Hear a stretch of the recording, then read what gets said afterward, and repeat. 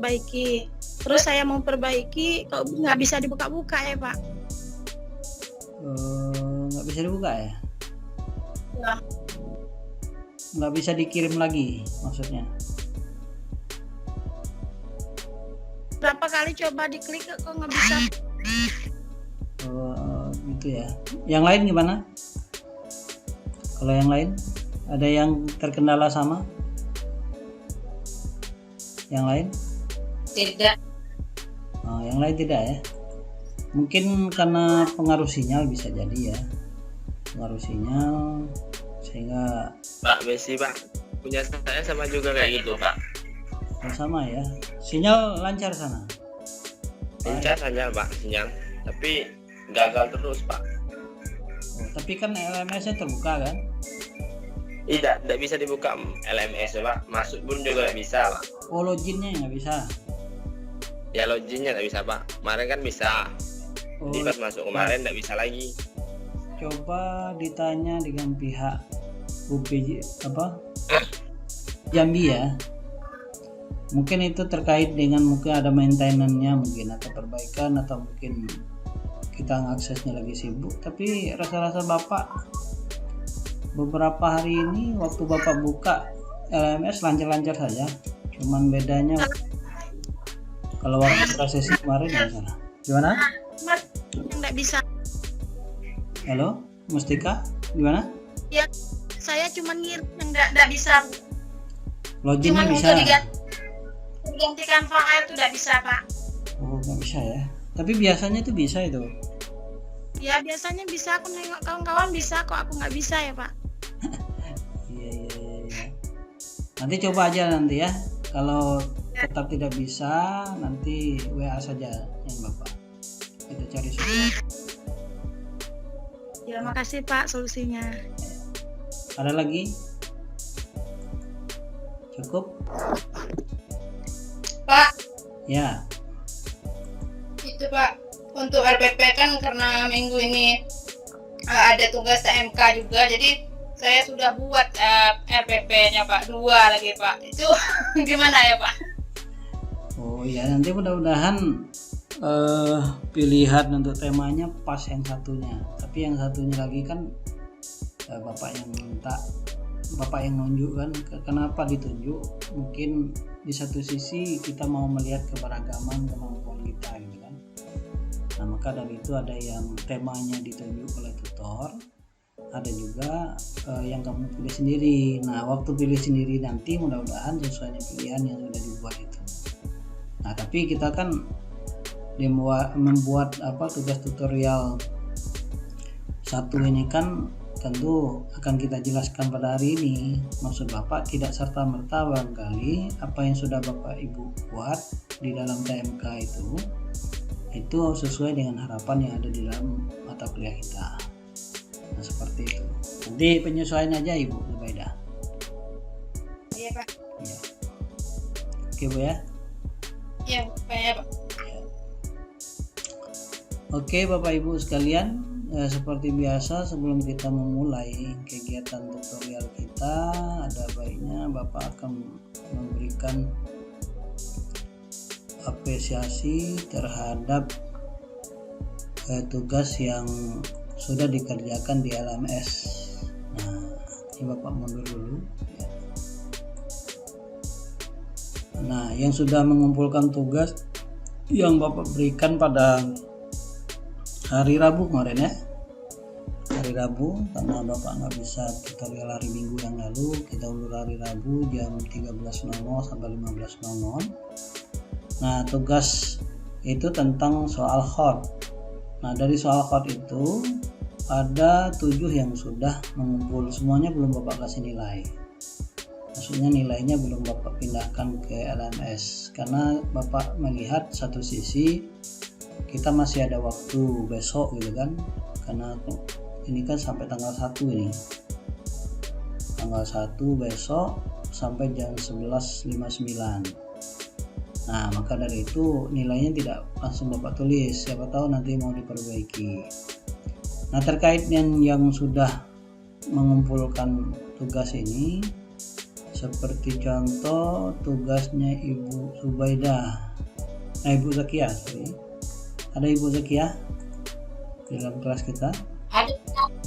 Izin Bapak ya, Bapak mau buka tugasnya ini untuk kita review ya, supaya ketahuan apa yang perlu diperbaiki. Nah, coba kita buka tugas yang pertama dari Ibu Zakia. Ini Bapak buka ya, open saja. Bisa terlihat Bapak Ibu sekalian? Bisa, Pak. Ya. Nah, Pak. Nah, dari tugas yang sudah dikumpulkan ini tentunya tidak terlepas dari soal hotnya ya. Soal hotnya kemarin itu yang pertama ya, soal pertama dengan skor 20 ya. Skor 20 bunyi soalnya. Coba Bapak share screen ya. Bapak share screen soalnya dulu supaya kita paham, karena Bapak kemarin belum sempat menjelaskan belum menjelaskan soal, tapi Bapak minta kamu menemukan reviewnya gitu kan. Nah, ini Bapak share terlebih dahulu soalnya. Apa sih yang menjadi tuntutan di dalam soal ini gitu kan. Nah, coba kita perhatikan dengan baik. Ini soalnya ya. Nanti Bapak akan kasih tanda supaya nanti kelihatan apa yang harus di underline ya. Soal nomor 1, penerapan pembelajaran terpadu di SD sudah menjadi suatu yang sangat penting bagi seorang guru maupun calon guru SD dalam melaksanakan kurikulum yang berlaku. Namun tidak menutup kemungkinan guru-guru kita di SD dahulu ya, ini Bapak tandai dulu, telah melakukan atau mendekati ya. Tidak pun melakukan berarti mendekati pelaksanaan pembelajaran terpadu. Ini hal yang penting sebagaimana yang kita pelajari. Ini Bapak tandai juga lah dengan warna kuning ya. Sebagaimana kita pelajari. Sehubungan dengan hal tersebut, coba kamu ingat kembali yang mana gurumu atau temanmu.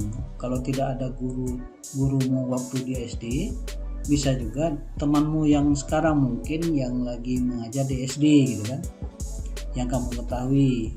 Nah, yang memiliki kemampuan baik ya, kemampuan baik dalam menerapkan pembelajaran terpadu.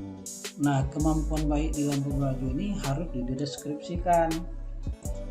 Nah, dideskripsikan kegiatan pembelajaran terpadunya yang seperti apa, yang berhubungan dengan apa Pak?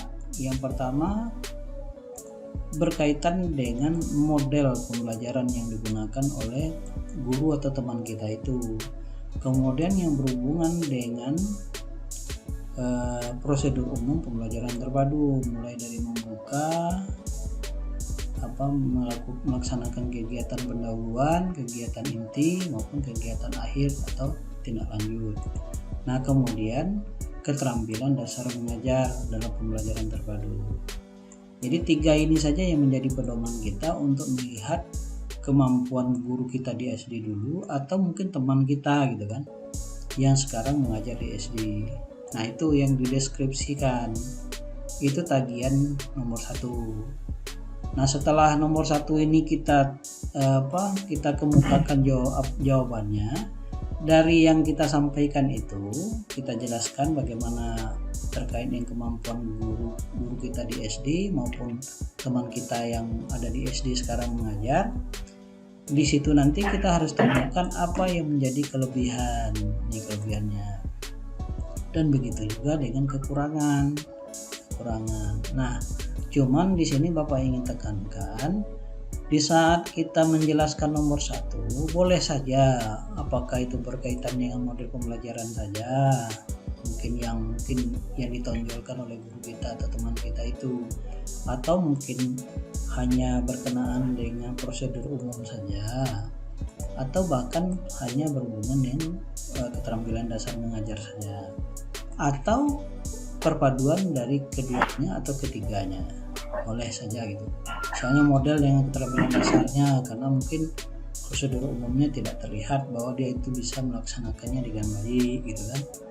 Atau mungkin bisa juga, oh saya ingin melihat karena dia itu bagus prosedur mengajarnya sama keterampilan dasarnya, maka bagian ini saja yang saya deskripsikan, boleh juga. Nah, dari yang didapatkan pada nomor 1 ini nanti kemukakan apa yang menjadi kelebihan dari yang dijelaskan nomor 1 tadi. Nah, dari yang kelebihan ini jangan sampai nanti di deskripsi tidak ada, di kelebihan ada, nanti jadi keliru dia. Katanya kan yang sudah mempraktekkan baik kan, kemampuan baik dalam menerapkan pembelajaran terpadu. Nah, tentu ini bagian dari kelebihan kan. Nah, jangan sampai nanti di jawaban nomor 1-nya tidak ada, di 2-nya ada, jadi nggak sinkron ya. Itu perlu diperhatikan. Nah, selain itu tentunya di dalam kelebihannya itu tentu tidak semua dari, misalnya kalau misal terkait dengan keterampilan dasar mengajar, mungkin ada kelemahan-kelemahannya juga kan, walaupun ada satu sisi yang ditonjolkan. Nah, dari kekurangan ini juga harus ditulis. Jadi untuk nomor 2, temukan kelebihan, temukan kekurangan. Nah, setelah itu nanti untuk nomor 3 barulah nanti kita diminta dari yang kekurangan nomor 2 ini, maka apa yang menurut kita ya solusi yang bisa diberikan sehingga yang kurang ini bisa terpenuhi. Jadi kelebihan ditambah lagi dengan solusi, maka sempurnalah kegiatan pembelajaran terpadu yang dilakukan oleh teman kita atau guru kita di SD yang lalu. Baik itu berhubungan dengan model pembelajaran terpadu, ataukah kita mungkin mendeskripsinya tentang prosedur umum pembelajaran terpadu maupun keterampilan dasar mengajar dalam pembelajaran terpadu. Nah, seperti itu Bapak Ibu terkait dengan soal yang kita kerjakan itu. Nah, terkait dengan hal ini Bapak ingin memperlihatkan tugas yang punya Ibu Zakia tadi ya. Nah, terkait dengan tugas Ibu Zakia ini sudah mencantumkan teman saya, jelas itu kan teman saya. Kalau mau perlu dia itu dikasih nama, kasih nama nggak apa-apa, itu lebih bagus gitu kan. Nah, kalau di sini kan sudah ada SD-nya yang mana gitu kan, ini kan jadi faktual ya. Nah, sesuai yang menjadi tuntutan yang ada di dalam soal tadi. Nah, kemudian di sini dijelaskan, misalnya terlebih dahulu saya diajarkan belajar tentang jual beli. Oh, dulu belajar tentang jual beli yang menggunakan metode bermain peran. Metodenya bermain peran. Ada yang berperan sebagai penjual, ada juga pembeli. Dalam bermain peran tersebut, dalam pembelajaran tersebut terjadi interaksi. Oh, adanya interaksi antara jual dan beli. Nah, dalam interaksi sebagai penjual, pembeli dapat berkomunikasi. Teman saya mengaitkan bahan itu satu sama bahan ajar dengan mata pelajaran lainnya, bahkan dengan kehidupan siswa, keadaan lingkungan di mana sekolah dan siswa berada. Nah, kemudian siswa diajarkan bagaimana berkomunikasi, dia cara berkomunikasi yang baik gitu kan. Kemudian materi tentang pasar dalam mata pelajaran IPS, tawar menawar, harga yang terjadi antara penjual dan pembeli, termasuk dalam pembelajaran matematika. Jadi di sini mencoba untuk menjelaskan adanya model pembelajaran ya, keterpaduan atau integrasi gitu kan, integrated ya, keterhubungan.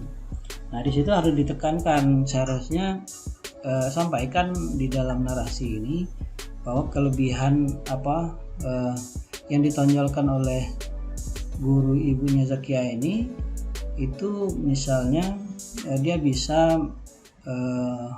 mengintegrasikan antara beberapa mata pelajaran, boleh juga itu terkait dengan model pembelajaran terpadu. Nah, cuman kalau tidak disebutkan seolah-olah tidak paham, tapi kalau disebutkan saya yakin dengan beberapa mata pelajaran yang diintegrasikan ini sudah jelas ini terkait dengan model pembelajaran integrated. Nah, berarti sudah kita dapatkan poin-poinnya di sini. Nah, tentu dengan kekurangan tadi. Kemudian selanjutnya untuk kelebihan ya, pembelajaran terpadu sebagai konsep dasar dikatakan sebagai pendekatan belajar mengajar yang melibatkan beberapa bidang studi. Ini kok normatif jadinya. Jadi harapannya tadi kan sebagaimana soal yang nomor 2, berdasarkan jawaban yang diberikan nomor 1 tersebut, ya menurutmu apa saja yang menjadi kelebihan dan kekurangan yang dimiliki gurumu atau temanmu. Nah, kalau di sini dijelaskan secara normatif, ya normatif maksudnya isi dari modul gitu kan, akhirnya nggak matching, dia nggak ketemu dengan nomor 1, nggak ketemu dia. Nah, bukti tidak ketemu itu yang Bapak sampaikan tadi. Seharusnya yang praktik baik pembelajaran terpadu yang kita berikan contoh seperti guru Ibu Zakia tadi, seharusnya itu yang ditulis gitu kan, kemampuan memadukan beberapa mata pelajaran gitu kan, pembelajaran lebih banyak melakukan, atau belajar dengan bermakna. Kemarin kan waktu kita membahas tentang modul 1 itu tentang konsep dasar dan model pembelajaran. Yang KB1 itu kan konsep dasar itu kan berbicara masalah bagaimana belajar itu melakukan gitu. Nah itu. Nah, tapi di saat kita menyampaikan kelebihan di sini tidak terlihat. Ini ada nih ya, mohon maaf, metode bermain. Nah, ini ada nih 1 ya. Kita baca dari awal. Beberapa bidang studi, melibatkan beberapa bidang studi, memberikan pengalaman yang bermakna ya bagi kepada anak. Kata Belanda karena di dalam pembelajaran itu anak memahami konsekuensi mereka yang terjadi. Ini terlalu normatif nih, tak perlu dijelaskan karena dia tidak minta dijelaskan, dia hanya menyebutkan kelebihannya saja. Maka ini kalimat dari dikatakan ini tidak termasuk yang menjadi tuntutan yang ini nih ya, karena dalam mengalami keterlibatan keseluruhan ini nggak dibutuhkan. Kalau perlu bikin poin saja juga bagus ini. Nah gitu, tapi yang dibutuhkan itu terkait dengan seperti pikiran dan perasaan di dalam kegiatan pembelajaran ya, kemudian pengalaman langsung melalui metode berperan sebagai penjual dan pembeli, kemudian ada proses belajar juga dapat dilakukan melalui percobaan, ada kegiatan percobaan, ada diskusi, ada penelitiannya, ada proyeknya, kemudian ada pelayanannya gitu kan, dan sebagainya. Nah ini bagian dari kemudian yang sudah mereka pahami. Pembelajaran tersebut tampaknya lebih menekankan keterlibatan anak dalam belajar, membuat anak aktif di dalam terlibat langsung dalam proses pembelajaran dan pembuatan keputusan. Ini agak normatif ini kalimatnya, tapi sebagiannya sudah mengena dengan jawaban nomor 1. Nah seperti itu. Nah kemudian dari apa yang sudah kita utarakan di nomor 1 ini, kita juga harus temukan apa kekurangannya gitu kan. Kekurangannya itu gimana mencarinya Pak? Nah contoh misalnya, kalau tadi ada kelebihan melibatkan beberapa bidang studi, memberikan pengalaman yang bermakna kepada siswa atau anak kan. Nah beberapa bidang studi mungkin is okay saja gitu kan, karena ini kan ada keterbatasan yang maksud Bapak di sini. Mungkin kita sulit juga menganalisa apakah bisa dihubungkan dengan mata pelajaran yang lain enggak, selain misalnya di sini ada beberapa mata pelajaran yang sudah dikemukakan. Nah sehubungan itu nanti kalau memang ditemukan silakan disebutkan itu sebagai kekurangan. Seharusnya mata pelajaran ini juga harus dihubungkan dengan mata pelajaran yang ini gitu, atau tema tersebut. Nah kemudian memberikan pengalaman yang bermakna, tentu nanti ada segi-segi yang lemah ya, dari kegiatan pengalaman belajar berulang. Nah, itulah yang harus ditulis pada bagian kekurangan. Nah, apa yang menjadi pengukurnya sehingga kita bisa temukan kelemahannya itu, tentu kita kembali kepada konsep modul yang kita pelajari. Nah, di dalam konsep yang kita pelajari terkait dengan pembelajaran yang bermakna, meaningful learning kemarin ya, maka di situ dilihat apa yang menjadi titik lemahnya, maka di situ kita sebutkan pada bagian yang kedua pada nomor 2. Begitu juga misalnya pengalaman langsung, metode bermain peran, seharusnya ada nggak yang mungkin perlu ditambah sehingga pengalaman langsung dengan pembelajaran bermain peran ini lebih baik diwujudkan. Nah, seperti itu dia. Jadi memang walaupun di sini diminta cuma kelebihan dan kekurangan, kalau dari segi poin paling tinggi nih poinnya Bapak Ibu, 35 poin di sini. Karena dia membutuhkan analisis gitu kan, analisa kita. Begitu juga dengan misalnya di sini sudah ada melakukan percobaan, diskusi, penelitian proyek, pelayanan, ini mungkin agak normatif ya. Seharusnya lebih ditekankan apa nyatanya saja. Nah, di dalam anggap saja ini sudah oke gitu kan. Maka dari itu untuk percobaan, diskusi, penelitian proyek ini itu harus dilihat di dalam modul kita bagaimana percobaan itu yang baik dilakukan. Waalaikumsalam. Siapa ini? Ibu Ati ya?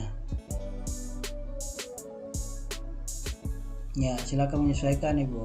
Ya, yang masuk di saat Bapak presentasi menyesuaikan aja ya, supaya tidak mengganggu presentasinya. Nanti setelah Bapak stop presentasinya boleh Pak baru bergabung. Nah, nanti jangan lupa yang bergabung itu tulis di kolom chat ya, di kolom chat.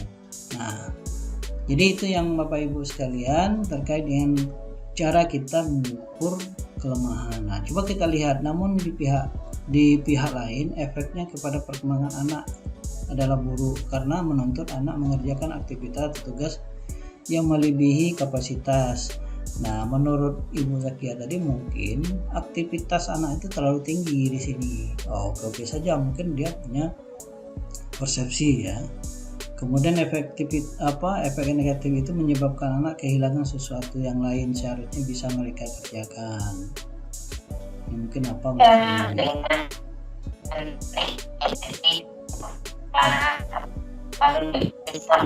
Halo? Ini halo, suaranya putus-putus.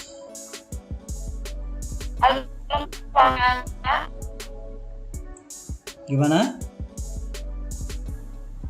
Apakah suara barusan terputus-putus Bapak Ibu sekalian? Apa cuman dengan Bapak aja? Oh iya, menyesuaikan aja ya. Ya, kalau saat presentasi mohon tidak dipotong terlebih dahulu walaupun baru bergabung. Yang baru bergabung silakan ditulis kehadiran melalui chat. Ya. Ya, kalau ada yang keluar masuk semuanya ngomong kan susah nih, nggak jalan lancar nanti apa yang mau disampaikan. Nah, kemudian berikutnya di sini ini kan menyebabkan kehilangan ya. Anak kehilangan sesuatu yang lain, seharusnya bisa mengerjakan karena terlalu sibuk mengerjakan tugas tadi. Oke lah. Kemudian jika anak hanya merespon tanda-tanda dari guru, mereka akan kehilangan pengalaman. Nah nanti jangan lupa kalau di sini tidak terdapat ya di dalam kegiatan di deskripsinya tidak ada, di kelebihan tidak ada, jangan sampai muncul misalnya jika anak hanya merespon tanda-tanda. Ini memang ada kegiatan yang hanya merespon tanda-tanda dari guru. Kalau tidak ada, jangan dikemukakan. Kenapa? Nanti seolah-olah itu dari luar dari konteks jawaban yang nomor 1 dengan nomor 2A gitu. Nah, seharusnya tetap dalam konteks yang sama supaya nanti tetap fokus gitu kan. Nah, seperti itu. Kemudian untuk solusi, nah tentu solusi itu terkait dengan apa yang menjadi kekurangan sebentar, salah kasih warna lain. Untuk nomor 3 itu solusi terhadap yang ini Bapak Ibu, kekurangan pembelajaran terpadu yang dipraktekkan oleh teman atau yang dilakukan oleh guru kita waktu di SD. Nah, maka berdasarkan hasil tersebut disarankan kepada guru teman saya untuk lebih, jadi jangan 2 ya, satu-satu saja, kalau enggak guru ya teman gitu kan, supaya tidak bias nanti. Kalau menceritakan teman-teman saja nggak apa-apa, menceritakan guru kita di SD guru kita saja, jangan kita ceritakan dua-duanya, akhirnya belum tentu dua-duanya itu bisa terakomodir gitu kan, baik dari segi deskripsinya, penggunaan kelebihan dan kekurangannya. Pilih salah satu. Ini Bapak kasih tanda warna lain ya. Mungkin ini perlu diperhatikan. Nah, kemudian setelah itu Bapak Ibu terkait dengan apa yang disampaikan oleh Ibu Zakia ini, lebih inovatif dalam menerapkan pendekatan. Oke. Jadi dia minta lebih inovatif lagi sebagai solusi, khususnya pendekatan pembelajaran mahasiswa aktif pembelajaran dalam pelatihan guru-guru sekolah dasar dan mata pelajaran IPS dengan menggunakan pembelajaran perlu lebih banyak ya, lebih banyak diperkenalkan. Begitu juga konsep-konsep IPS yang diperlukan untuk berorientasi pada lingkungan sekitar. Dengan demikian guru dapat mendiagnosis sedini mungkin faktor-faktor penyebab kegagalan siswa. Demikian pembelajaran hanya sekedar menunjang aktivitas pembelajaran terpadu bisa saja berkembang dan seterusnya. Oke. Nah, seperti itu Bapak Ibu yang perlu Bapak sampaikan terkait dengan tugas ya. Nah, maka dari itu kalau seandainya Bapak coba buka tugas teman kita yang lain, contohnya Ibu Eti gitu kan, coba Bapak buka tugasnya Ibu Eti, ada Ibu Eti. Nah, kalau yang seperti ini tentu kita akan kesulitan ya, kesulitan ini siapa sih yang mau dideskripsikan, deskripsinya apa saja gitu kan. Nah, kalau tuntutannya mendeskripsikan terkait dengan apa yang ditonjolkan oleh guru kita di SD atau teman kita, nah maka ini harus diperbaiki, bukan demikian yang dimaksud. Nah, seperti itu. Ada Ibu Eti? Apakah Ibu Eti Nurjana sudah bergabung dengan kita? Tidak ada ya. Nah, itu Bapak Ibu. Nah, kalau misalnya salah pada nomor 1, tentu nanti nomor 1 dan nomor 2-nya AB juga keliru. Apalagi nomor C gitu kan. Karena dia ini sebenarnya satu soal, ya satu saja ceritanya, cuman berhubungan tuntutannya jawaban kepada 3 poin. Nah, seperti itu. Nah, kemudian misalnya contoh yang berikutnya yang punya Ibu Ririn, ada Ibu Ririn? Ibu Ririn ada ya. Ini izin Bapak membukanya gitu kan. Nah, kalau sih guru saya Bapak Paidi ya, ini jelas kan. Nah, nanti rupanya pakai integrated model pembelajaran. Oke, aneh. Nanti ini hampir sejalan dengan apa yang sudah dibuat oleh Ibu Zakia tadi ya. Kelebihan Pak, nah ini kan jelas nih, kelebihan Bapak Paidi sistem belajar dapat menarik minat ya, ini boleh. Oke, asalkan apa yang menjadi kelebihan ini juga terdapat di dalam deskripsi.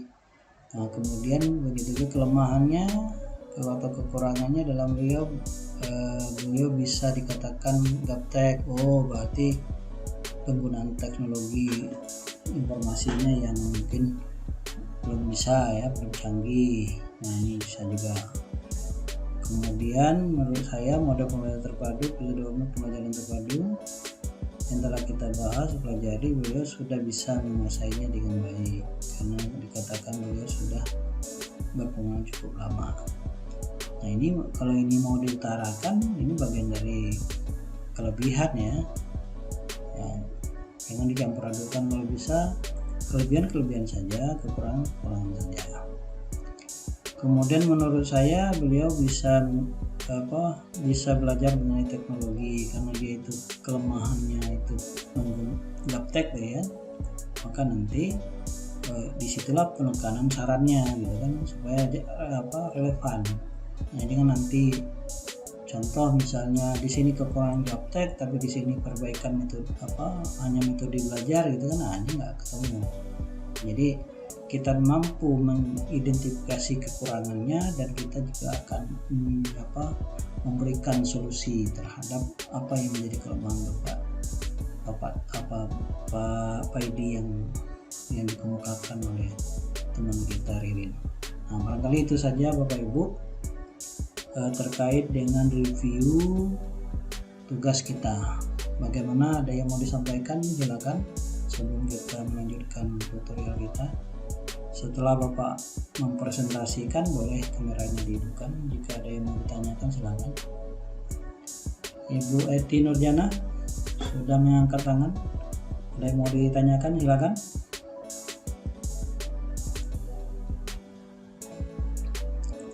Sudah ada?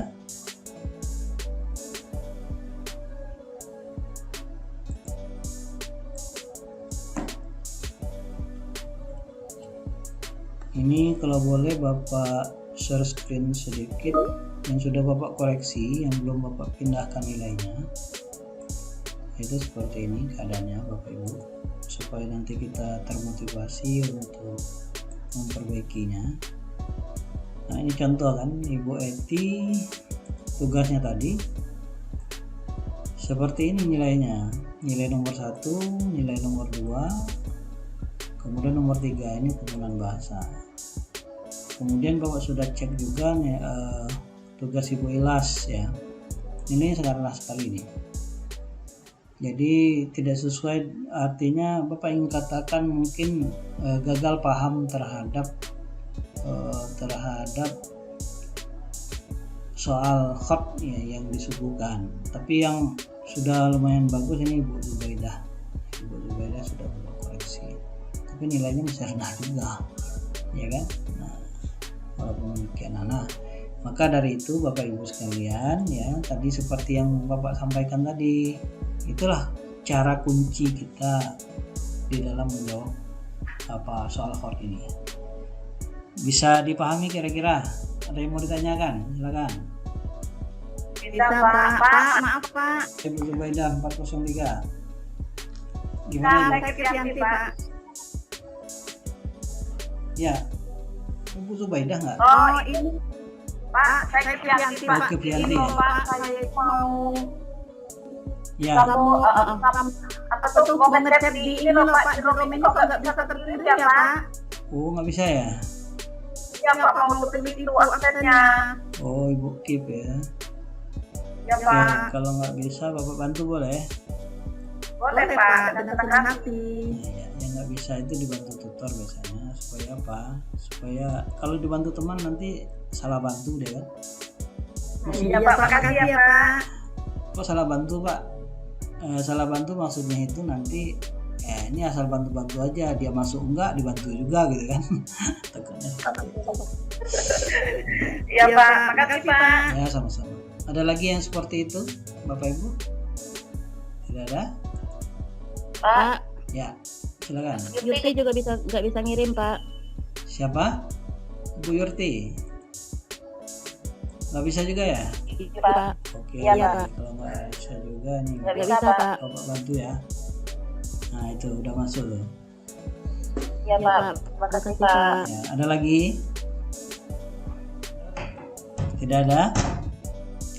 Oke, jangan lupa yang belum ngisi absen namanya masing-masing ya. Assalamualaikum Pak. Ya, Vera silakan. Saya itu kalau buka LMS tuh bisanya tengah malam Pak, nggak bisa siang Pak. Kadang-kadang kalau malam tuh lampu mati itu juga nggak bisa Pak.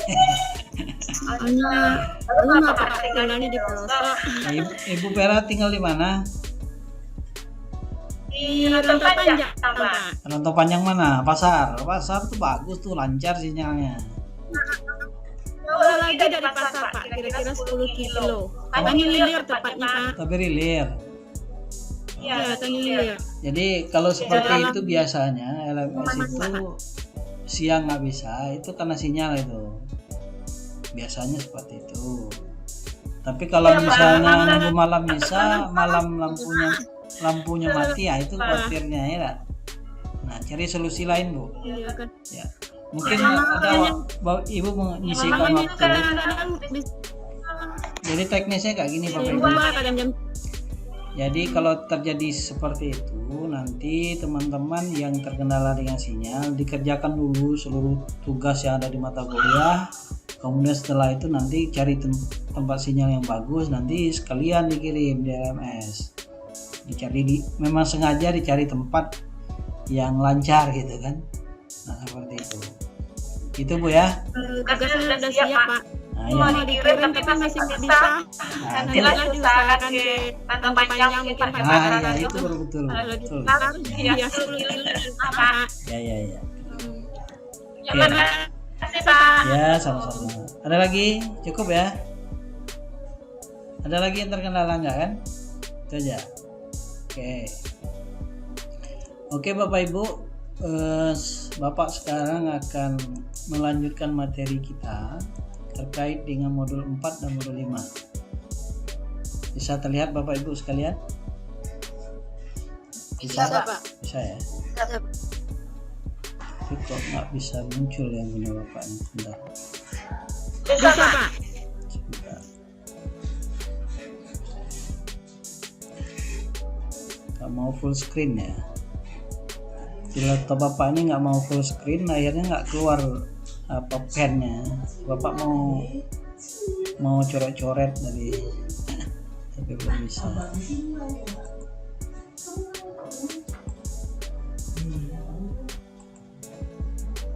Oke. Nah, terkait dengan modul 4 KB1 ya, itu tentang tahapan perencanaan pembelajaran. Kemudian KB2 tentang silabus dan satuan pembelajaran. Nah, terkait dengan KB1 ini Bapak Ibu sekalian ya, tahapan perencanaan pembelajaran, di mana di sini secara umum kita dituntut untuk membuat perancangan pembelajaran terpadu di SD berdasarkan pertimbangan-pertimbangan yang tepat. Nah, kemudian di dalam kompetensi umum ini ada juga kompetensi secara khusus. Nah, yang khusus itu pertamanya adalah menjelaskan kompetensi lulusan dan struktur kurikulum. Itu yang pertama. Yang kedua, langkah-langkah yang harus ditempuh dalam merencanakan atau merancang pembelajaran terpadu. Yang ketiga, memilih tema pemersatu yang dapat digunakan pelaksanaan pembelajaran terpadu.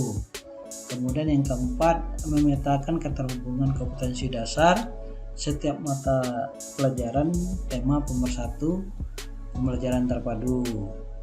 Kemudian yang kelima, menyusun silabus pembelajaran terpadu berdasarkan hasil pemetaan keterhubungan kompetensi dasar tadi.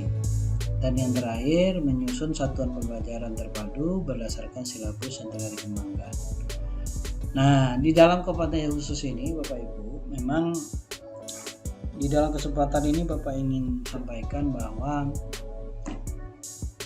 karena silabus modul kita ini kan diterbitkan pada tahun 2007 ya, 2007 ya, kan tidak ada revisi nih. Pada tahun 2007 itu belum dikenal dengan mata pelajaran tematik. Nah, kalau Bapak salah tolong diingatkan nanti, siapa tahu ya ada yang punya pendapat, Pak 2007 sudah ada Pak tematik, ya siapa tahu seperti itu, tapi sepengetahuan Bapak tidak ada. Nah, maka dari itu beberapa kompetensi secara khusus ini itu tidak lagi kita proses gitu kan. Maksudnya Pak, karena sekarang kan sudah menggunakan kurikulum 2013. Di dalam 2013 itu sudah dipadukan dari beberapa mata pelajaran, sudah dipadukan beberapa kompetensi yang terdapat di dalam mata pelajaran pembelajaran terpadu, yaitu tematik. Nah, karena mata pelajaran tematik itulah sebagai contoh ya, kita melakukan pemaduan itu seperti tuntutan di dalam kompetensi khusus. Nah, terkait dengan untuk tahapan perencanaan pembelajaran terpadu kemudian silabus, di dalam kesempatan ini Bapak ingin ingatkan bahwa nanti kita punya tugas tutorial praktik ya, yaitu menyusun RPP. Nah, seperti kalau contoh di modul kita itu 4.28 ya, 4.28. Tapi karena kita punya juga buku BSI, nanti bisa jadikan pedoman di dalam membuat RPP. Nah, kalau di sini kan disebut yang satuan pembelajaran terpadu. Nah, sekarang kan karena dia itu dengan istilah rencana pembelajaran terpadu, ya kembali kepada rencana pembelajaran terpadu. Karena ilmu yang lama tahun 2007 tentu harus disesuaikan dengan perkembangan terkini. Nah, itu yang Bapak maksud. Jadi yang kita ikuti itu bukan format yang ada di dalam modul kita, karena modul kita ini kan dulu tahun 2007 dirancang.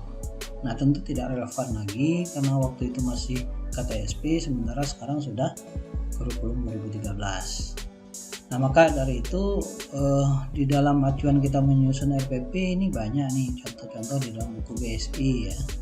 Nah, ini sebagai contoh misalnya perpaduan kompetensi dasar sudah terlihat di sini, contohnya di dalam tema anggota keluargaku gitu kan. Ada PKN di sana, ada bahasa Indonesia, ada matematika, SBDP dan PJOK. Kemudian untuk lingkupnya juga dijelaskan di sini, mulai dari sikap, pengetahuan, keterampilan, ya. Kemudian berikutnya secara khusus ya dipetakan untuk sub tema, ya. Nah, ini sudah ada nih, misalnya dari yang banyak tadi, yang ini diturunkan menjadi 3 di dalam subtema tertentu. Nah, kemudian di situ kalau di dalam buku guru, ini kan buku guru nih yang Bapak tampilkan ini dia.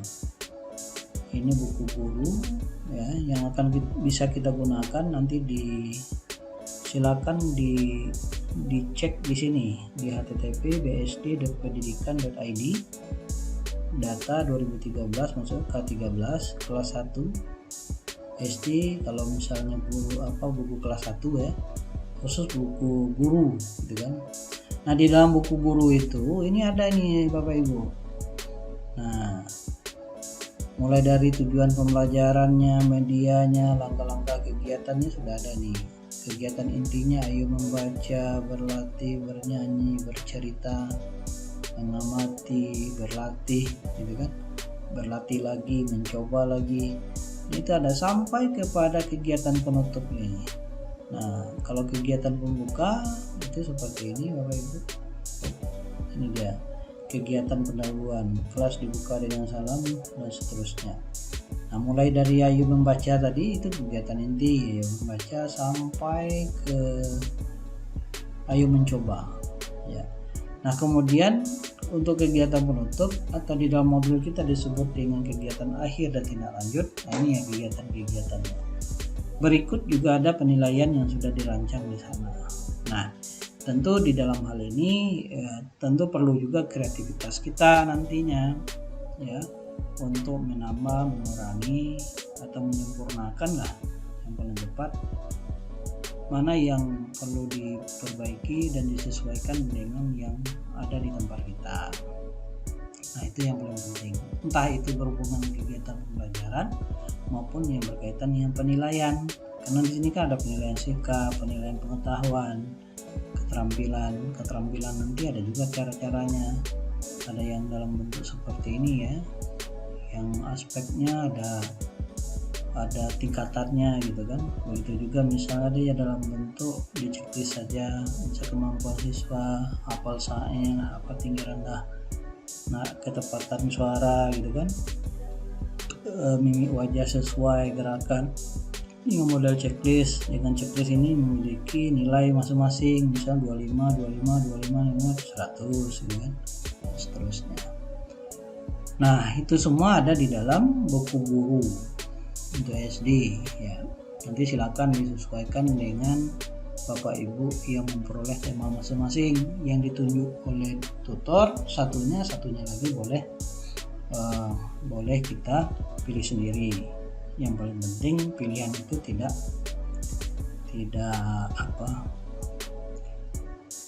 pilihan itu tidak sama dengan teman yang lain. Itu yang perlu kita ketahui. Nah, kemudian di dalam kesempatan ini ya, Bapak ingin untuk penyusunan RPP itu sendiri ya, prosedurnya menetapkan mata pelajaran dan seterusnya sudah ada. Nah, ini juga sudah dilakukan di dalam K13 ya. Dalam K13 sudah dilakukan. Nah, cuman di dalam hal ini yang perlu kita pahami adalah terkait dengan struktur kurikulum. Kalau kemarin buku kita diterbitkan tahun 2007, nah tentu pakai KTSP kan. Nah, nanti penyusunan kurikulumnya coba kita lihat di dalam Permendikbud nomor 57 Permendikbud ya, nomor 57 tahun 2014 ya. Nah, di dalam Permendikbud ini tentu ada perbedaan. Misal contoh mata pelajaran pendidikan agama. Ya, pendidikan agama dahulunya itu 3, ada 3, ini berapa ini ya? Pendidikan agama 3 ya. Kalau kelas 1 kelas 2 digabung nih mata pelajarannya. Kalau yang ada sekarang pendidikan agama dan budi pekerti itu kelas 1-nya 4. Kemudian kelas 2 4 sampai kelas 6 juga 4. Nah, ini perbedaannya di kelas 3 sampai kelas 6 itu 3. Itu bedanya. Kemudian untuk pembiasaan untuk mata pelajaran yang lain, PKN contohnya, PKN di sini udah 5 dari kelas 1, sementara untuk kelas 1 di sini ini 1-2-nya tergabung dalam bentuk tematik, kemudian 5 berarti masih tetap pada bagian kelas 3 sampai kelas 6.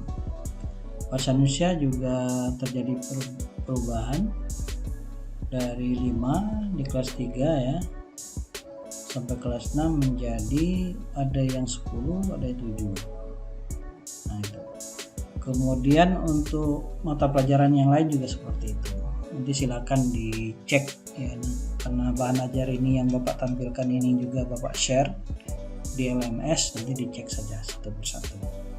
Yang paling penting kita bisa membedakan apa sih perbedaan antara struktur kurikulum yang lalu dengan yang ada sekarang ini.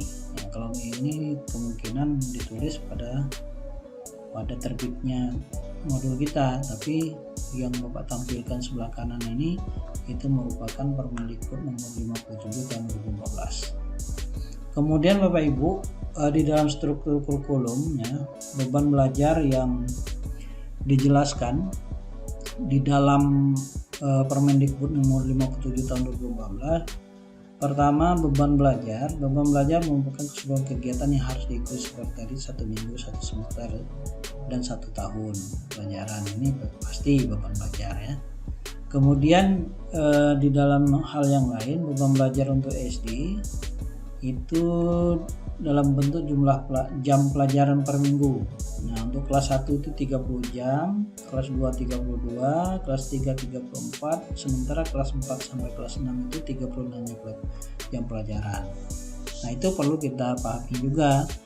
Walaupun mungkin apakah kita itu mengajar di kelas 1, kelas 2 atau kita belum mengajar. Nah, ini harus kita pahami bahwa makanya kelas 1 itu lebih cepat pulang. Kenapa? Karena 30 jam pelajaran dalam 1 minggu.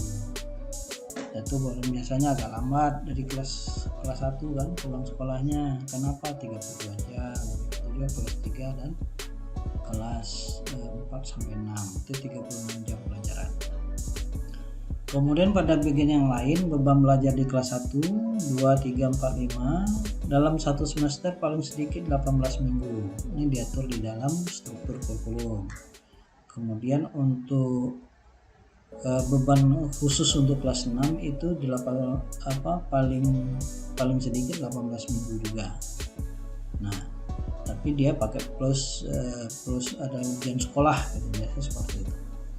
Nah, kemudian beban belajar di kelas 6 ya pada semester genap paling dikit 14 minggu efektif. Karena genap ini lebih sedikit karena ada kegiatan ujian sekolah tadi. Kemudian berikutnya untuk muatan pelajaran ya, muatan itu tentu terkait dengan tema ya. Misalnya kelas 1 dari tema diriku sampai ada peristiwa alam. Jadi 2, ada 8 temanya. Kelas 2 mulai dari hidup rukun sampai kepada keselamatan di rumah dan di sekolah. Itu ada 8 juga. Begitu juga kelas 3 juga punya struktur kurikulum ya, dari tema perkembangan biakan hewan dan tumbuhan sampai bumi dan alam semesta. Ini nanti yang menjadi pilihan-pilihan kita di dalam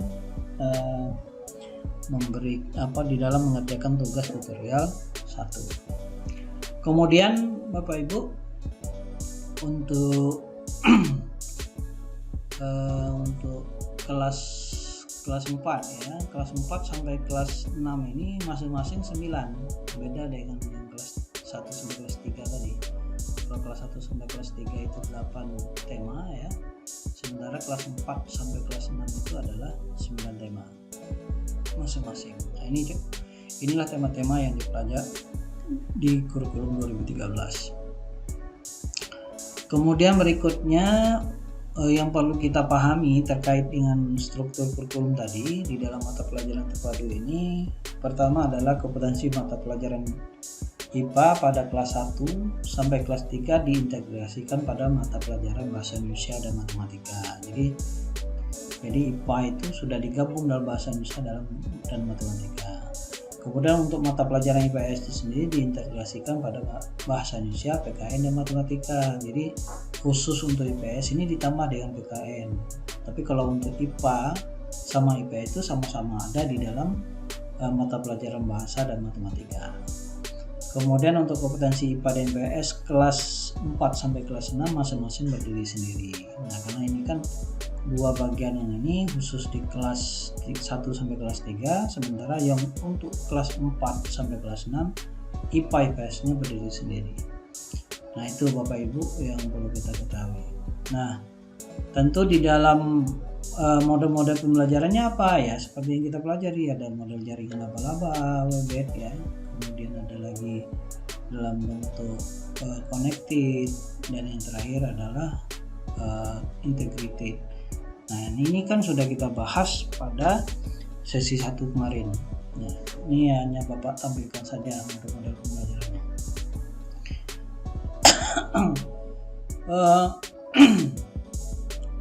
Sorry, Bapak minum dulu sebentar.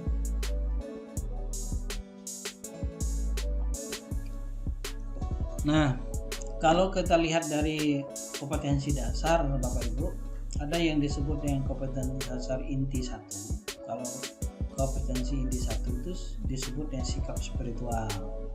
Kalau kompetensi inti 2 itu disebut dengan sikap sosial, kompetensi 3 itu disebut dengan pengetahuan, kemudian kompetensi inti 4 itu disebut dengan keterampilan. Maka ada istilah KI 1, ada KI 2, ada KI 3, dan ada KI 4. Nah, KI 1 itu sikap spiritual, KI 2 sikap sosial, KI 3 pengetahuan, dan KI 4 itu keterampilan. Nah, biasa strukturnya seperti ini. Nah, kemudian di dalam kesempatan ini sebagai contoh pada tema 4 keluargaku, subtema 1 anggota keluargaku, ini tidak ada di dalam modul kita ya, ini Bapak ambil di dalam buku tema untuk kelas 1 ya. Nah, terkait dengan tema 4 ini ya, di sini terdapat 5 mata pelajaran, PKN, bahasa Indonesia, matematika, seni budaya dan prakarya, dan PJOK. Nah, ini masing-masing ada kompetensi dasarnya. Tapi yang perlu kita ketahui bahwa setiap ya kompetensi dasar itu yang diawali angka 3 pasti dia itu KI 3 itu. Tapi kalau misalnya ada nanti ketemu misalnya di sini ada 4.1 ya, kelanjutan dari ini, berarti di sini kompetensi dasar dari KI 4. Nah, maka dari itu kita juga harus hafal ini kembali Kalau misalnya KI 1 setiap penulisan kompetensi dasar 1.1 berarti 1 ini menunjukkan bahwa dia itu KI 1. Begitu juga misalnya ada misal KD 2.4, angka 2 yang ini pasti menunjukkan KI 2. Begitu juga KI 3, seluruh kompetensi dasarnya diawali angka 3. Begitu juga dengan KI 4, seluruh KD-nya diawali angka 4. Nah itu Bapak Ibu. Jadi di saat kita menulis atau membuat RPP nanti, jangan lupa bahwa kode-kode atau penomboran ini tidak perlu dirubah, tetap dengan urutan dan kode yang ini. Kenapa? Karena dia akan menunjukkan apakah dia itu termasuk KI 1 kah, KD tersebut KI 2 kah, KI 3 ataukah KI 4. Nah itu Bapak Ibu sekalian sebagai contoh ya, kompetensi dasar di dalam sebuah tema. Kemudian berikutnya untuk penilaian ya, perancangan penilaian sebagai contoh penilaian sikap spiritual dan sosial. Seperti ini ada observasi. Nah, observasi itu seperti apa lembaran observasinya? Misalnya ada aspek yang diamati. Nah, di aspek diamati nanti ditulis apa saja aspeknya. Misalnya di sini ketaan beribadah, perilaku syukur gitu kan. Nah, nanti Bapak Ibu di dalam jurnal penilaiannya atau lembar observasinya itu nanti tinggal ditulis ini khusus untuk perorangan ya, ditulis pada tanggal berapa diamati gitu kan, dan apa yang catatan kita. Bisa contohnya ketaatan beribadah pada tanggal 1 Agustus 2016 si Aurora ini itu mengajak teman sholat berjamaah. Kemudian pada tanggal 16 September 2016 si Aurora ini mengikuti perayaan Hari Besar Agama dan seterusnya. Begitu juga dalam bentuk perilaku syukur. Si Aurora ini pada tanggal 27 Agustus 2016 menerima penugasan dengan gembira. Nah, seperti itu. Berikut selain ini, kalau yang pertama tadi observasi, kemudian yang kedua penilaian diri. Ya, ini bagian dari penilaian sikap juga. Penilaian diri ini digunakan untuk memberikan penguatan terhadap kemajuan belajar siswa. Seperti apa Pak? Ini contohnya lembaran penilaian diri. Kalau tadi bisa Aurora, kita buat Aurora di sini. Nanti beri tanda cek untuk setiap pernyataan yang paling menggambarkan sikap peserta didik. Karena ini kan lembaran dibuat oleh guru, dibagikan kepada siswa satu persatu. Nanti misalnya contoh si Aurora atau si siapa gitu kan yang mau ngisi lembaran ini, nanti dia akan menyatakan saya selalu berdoa sebelum melakukan aktivitas. Dia tinggal checklist saja iya atau tidak. Karena di sini tidak ada pilihan benar salahnya, akan tetapi dilakukan dalam bentuk jujur. Nah, kemudian pernyataan yang kedua, saya menghargai teman yang berbeda agama, berdoa menurut keyakinan, iya atau tidak. Saya menyelesaikan tugas tepat waktu, iya atau tidak. Hanya yang mau kita lihat di sini satu sisi adalah kejujuran siswa itu sendiri, gitu kan. Termasuk juga etika. Misal saya meminta izin ketika ingin meminjam barang.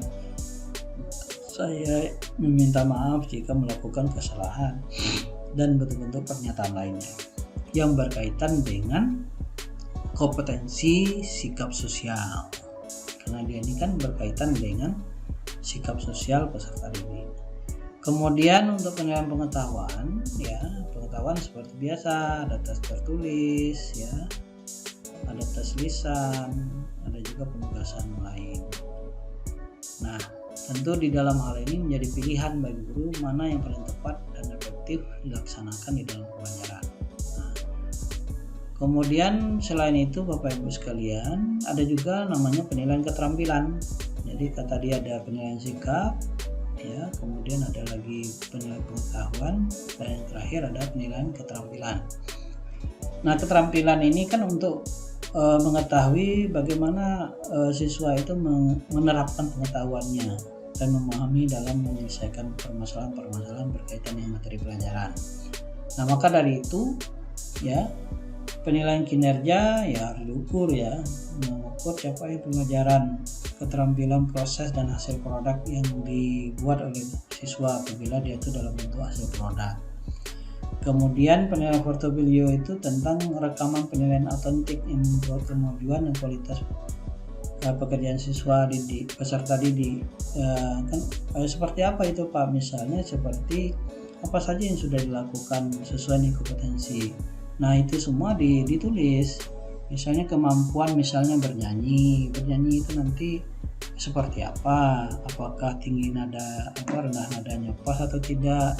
Gerakan badan atau mimik tubuh atau seperti apa gitu kan? Nah itu kelancaran hafal dengan baiknya seperti apa gitu kan? Nah itu yang dilihat di dalam penilaian portofolio. Nanti akan Bapak jelaskan lebih lanjut khusus membicarakan masalah penilaian nanti. Kemudian untuk silabus itu sendiri Bapak Ibu sekalian,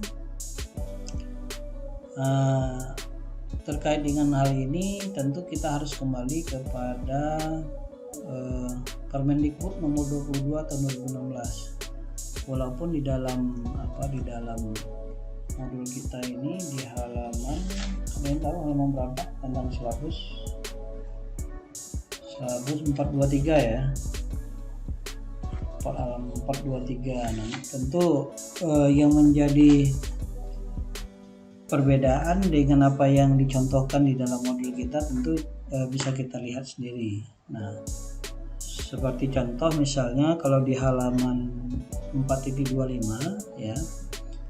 4.25 itu ada nomor, tabelnya itu ada mata pelajaran, kemudian ada kompetensi dasar dan indikator, materi pokok, strategi pembelajaran, alokasi dan sumber bahan. Nah, tentu di sini ada kesamaan dan perbedaannya. Sebagai contoh misalnya, kenapa di dalam Permendikbud identitas itu yang pertama identitas ya, kalau identitas sama ya. Kemudian yang kedua ada komponen kompetensi inti. Kok nggak ada Pak di dalam contoh kita? Karena dia masih kurikulum yang lama. Kurikulum yang lama itu ada standar kompetensi. Di saat menulis silabus atau mengembangkan silabus, standar kompetensi tidak dituntut untuk ditulis. Sementara pada silabus K13 melalui Permendikbud nomor 22 tahun 2016, kompetensi inti ini harus ditulis. Nah, ditulis seperti ini. Kemudian yang kedua kompetensi dasar di sini kan. Nah, kalau di kompetensi dasar ini sama-sama ada ini. Ada. Jadi di dalam contoh di modul kita 4.25 ada, sementara di Permendikbud tidak ada.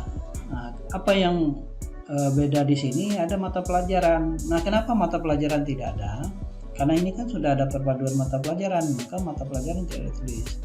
Karena pasti ini mata pelajaran tematik gitu kan.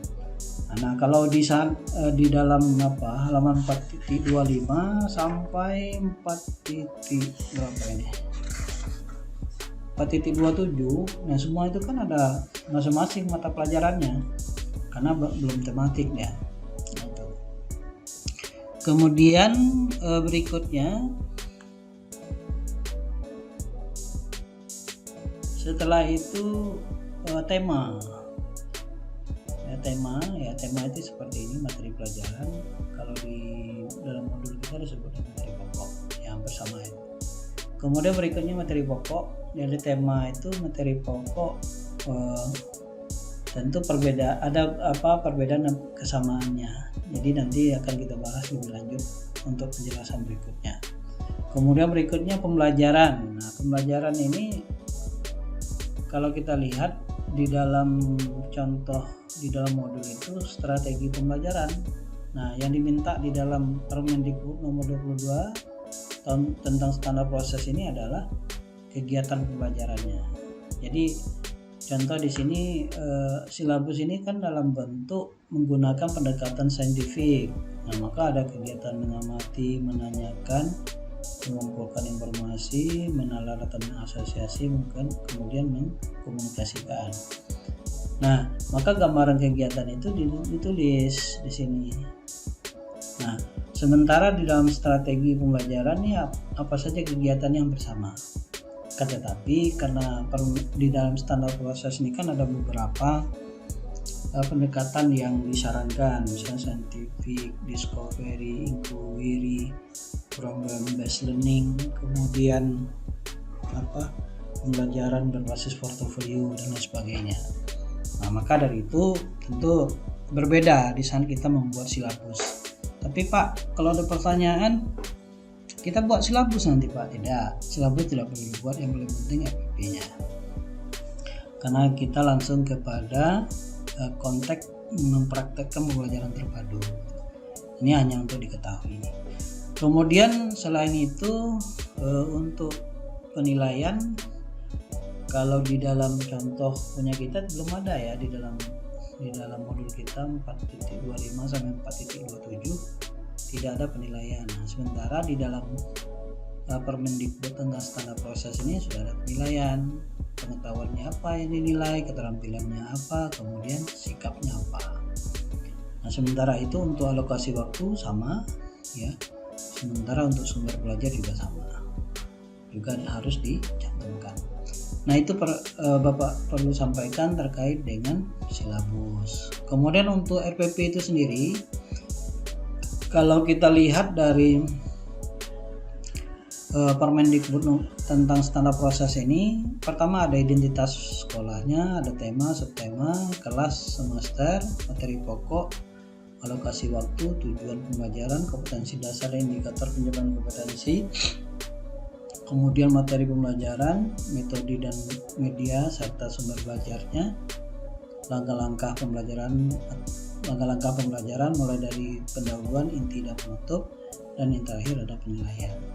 Nah, maka kalau misalnya kita berikan contoh ya dari masing-masing ini, kalau yang identitas yang mana Pak? Ini identitas nih, identitas sekolah SD berapa.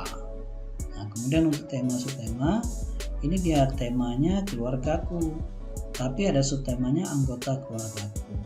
Nah, kalau misalnya Pak, nanti di mana bisa diperoleh nih? Ini biasanya di dalam buku yang Bapak tampilkan tadi, e-book untuk untuk sekolah itu SD ya, itu sudah ada itu. Nah, tinggal nanti kita mengaksesnya saja. Nanti Bapak akan informasikan di mana bisa mengakses buku tersebut.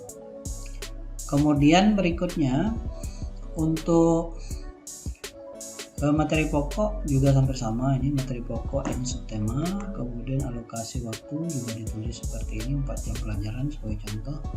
Kemudian tujuan pembelajaran, nah tujuan pembelajaran dengan mendengarkan lagu, menyimak, ini sampai dari nomor 1 sampai nomor 6. Nah, itu contoh tujuan pembelajaran. Nah, kemudian di dalam tujuan pembelajaran ini ya, tujuan pembelajaran yang baik itu dia mengandung ABCD. ABCD itu ada audiennya, ada behaviornya, ada conditionnya, ada degree-nya. Contohnya apa Pak? Misalnya dengan mendengarkan lagu dan menyimak penjelasan guru. Ini kan kondisi ini, C, condition namanya, kondisi. Kemudian siswa itu audien. Jadi kan ABC tadi, C-nya itu kan C-nya terlebih dahulu. Kemudian siswa itu adalah itu adalah audien, A-nya. Kemudian dapat menyanyikan lagu dengan tinggi rendah suara yang tepat. Nah, itu termasuk dengan behavior, perilaku apa yang dituntut di dalam tujuan itu. Dan yang terakhir dengan penuh percaya diri, ini adalah degree atau D. Jadi kalau ditanya nomor 1 ini, kalau kaidah di dalam membuat tujuan pembelajaran yang baik harus menggunakan istilah ABCD, audien, behavior, condition, and degree. Nah, yang nomor 1 ini mana yang audien Pak? Audien itu adalah siswa. Kemudian behavior, perilaku yang akan dicapai, yang mana Pak? Dapat menyanyikan lagu dengan tinggi rendah suara yang tepat. Kemudian C Pak, conditionnya dengan mendengarkan lagu dan menyimak penjelasan guru. Nah, degree tingkatannya dengan penuh percaya diri. Nah, seperti itu contoh tujuan pembelajaran yang baik. Kemudian berikutnya ya, contoh untuk kompetensi dasar dan indikator pencapaian kompetensi. Nah, kalau sebagai contoh misalnya kompetensinya adalah 3.2. ini harus ditulis ya kodenya. Berarti ini pasti berhubungan pengetahuan. Memahami hubungan persaudaraan dengan keluarga besar ayah dan ibu. Nah, apa yang menjadi turunan dari kompetensi dasar ini, itulah yang disebut dengan indikator pencapaian kompetensi. Nah, kalau kita lihat dari ini, maka ya yang menjadi indikator 3.2 itu ada 32.1. Nah, menjelaskan hubungan persaudaraan dengan keluarga besar ayah, atau yang kedua menjelaskan hubungan persaudaraan dengan keluarga ibu, 1, dan seterusnya. Nah, seperti itu. Sama juga seperti contoh tadi yang ada di KI 4. 4.2 menggambarkan silsilah keluarga besar dari ayah dan ibu. Pertama, 4.2.1-nya mempraktikkan perkenalan diri dan anggota keluarga inti dengan santun. Terus juga yang kedua, yang kedua maksudnya mempraktikkan perkenalan diri dengan anggota keluarga inti dengan percaya diri. Jadi satu-satu ya. Nah, itu contoh dari kompetensi dasar dan indikator pencapaian kompetensi pada bagian ini, Bapak Ibu. Nah, kemudian berikutnya kita contohkan lagi bagaimana bentuk materi pelajarannya, Pak. Nah, materinya itu tergantung kepada kegiatan pembelajaran sesuai dengan buku seperti yang dicontohkan tadi. Nah, yang pertama contohnya misalnya ayo mengamati atau membaca. Apa yang dilakukan? Contoh, misalnya saya dapat diganti dengan nama misalnya Budi. Budi memiliki ayah, Budi memiliki ibu, Budi juga memiliki kakak. Keluarga Budi terdiri dari ayah, ibu, kakak, dan Budi. Keluarga Budi saling menyayangi. Nah, ini kan kegiatan ayo membaca. Jadi materi apa yang menjadi pokok di dalam materi yang tema yang dipelajari itu ditulis. Jangan misalnya hanya saja pokok-pokok materinya saja, tapi materi pelajarannya yang harus ditulis ya. Maka di sini ditulis saya, ini kan ditulis semua nih, ini dalam bentuk penulisan RPP ini dicantumkan. Nah, begitu juga misalnya contoh berlatih nanti materinya apa gitu kan. Nah, maka materi itu ditulis, ambil foto keluarga saya, sebutkan nama ayah saya, sebutkan nama ibu saya, sebutkan nama kakak saya, atau ganti saya dengan Budi, amati foto keluarga Budi, sebutkan nama ayah Budi, kemudian sebutkan nama ibu Budi, sebutkan nama kakak Budi. Nah, begitu juga dengan ayo bernyanyi. Kalau ayo bernyanyinya itu tentang lagu sayang semuanya, ya ditulis nyanyiannya itu apa saja. Isi nyanyian 1 aku sayang ibu, 2 aku sayang ayah, 3 sayang adik kakak, 1 2 3 sayang semuanya. Itu ditulis, Pak. Ya, ditulis di dalam materi pelajaran. Sehingga nanti waktu kita ada kegiatan belajar membaca, berlatih, bernyanyi kan, semua materinya sudah ada.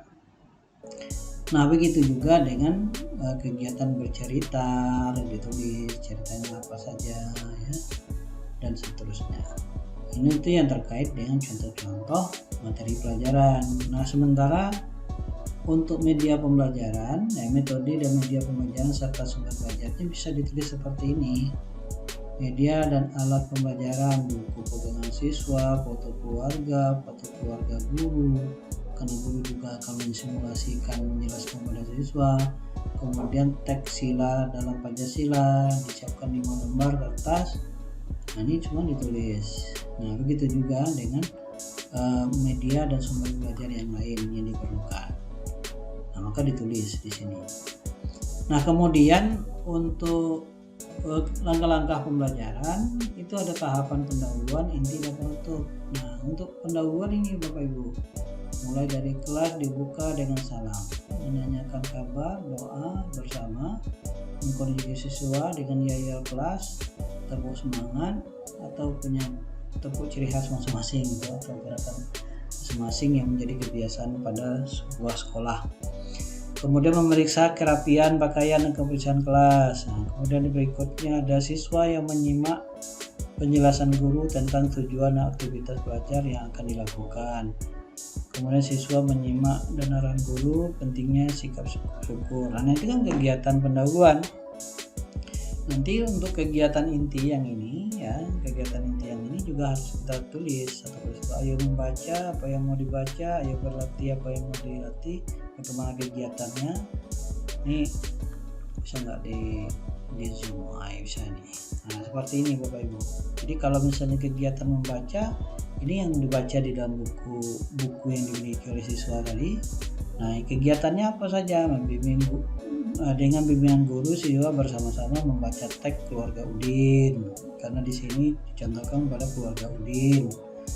Kemudian berikutnya siswa difasilitasi bertanya tentang teks keluarga Udin. Nah, nanti ada interaksi tanya jawab. Kemudian berikutnya siswa menyimak penjelasan guru tentang sikap bersyukur atas karunia Tuhan Yang Maha Esa berupa keluarga yang bahagia. Jadi intinya Bapak Ibu, kegiatan inti itu mau kegiatan ayo membaca, berlatih, ayo bernyanyi, itu semua di dalam kegiatan inti itu kita harus menulis ya, apa saja kegiatan guru, apa saja kegiatan siswa yang harus dilakukan. Nah itu semua menggambarkan model-model pembelajaran yang kita gunakan, apakah itu menggunakan Weber, kemudian connected ataupun integrated. Nah itu silakan diatur sesuai dengan model yang digunakan. Nah kemudian Bapak Ibu, setelah kegiatan inti ya, berikutnya adalah kegiatan penutup. Ini kegiatan inti semua nih, ayo mengamati, berlatih lagi, ayo mencoba, baru ada kegiatan penutup. Nah kegiatan penutup ini seperti apa Bapak Ibu? Nah kegiatan menutup ini ya tentu sesuai dengan kaidah di dalam menutup pembelajaran. Pertama misalnya siswa berpasangan selalu menceritakan kegiatan pembelajaran ini kan semuanya kegiatan sebagai contoh. Nah nanti Bapak akan jelaskan bagaimana detailnya, kita bandingkan dengan apa yang menjadi tuntutan di dalam Permendikbud tentang standar proses. Nah itu barangkali Bapak Ibu sekalian terkait dengan perancangan pembelajaran terpadu yang berhubungan dengan modul 4. Ada pertanyaan sampai di sini? Sebelum kita lanjutkan, silakan Bapak Ibu untuk mengaktifkan kamera jika ada yang perlu kita diskusikan. Silakan. Pak. Ya, silakan Ibu Zubaidah ya. Iya Pak. Ini Pak. Saya sudah bikin RPP gitu Pak ya. Tapi untuk kompetisi dasar atau indikator itu saya tidak pakai 2.1, 2.3.1 gitu Pak. Tapi saya tahu Pak maksudnya gitu. Tapi karena ini cuma contoh, jadi saya tidak bikin itu Pak. Bisa dikoreksi Pak. Saya kirim RPP-nya Pak. Bisa ditampilkan nggak? Bisa Pak. Kalau bisa share screen aja langsung nggak apa-apa.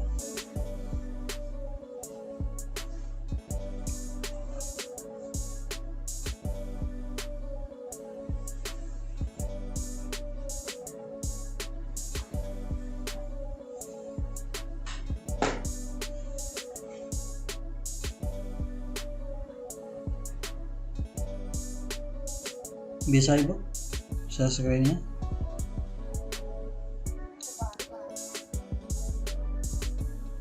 Kalau agak kesulitan kirim aja ke Bapak melalui WA juga nggak apa-apa. Oh bisa. Ini yang ter-share screen ini. Oh ya bisa. Sebetulnya bisa ya.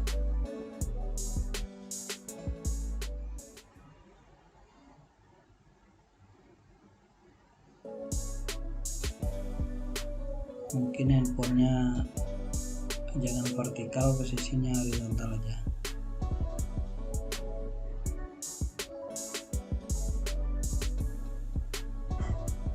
Supaya dia bisa terlihat lebih jelas. Coba di horizontalkan handphonenya Bu ya, supaya kelihatan. Kalau vertikal ini kan terlalu kecil ya.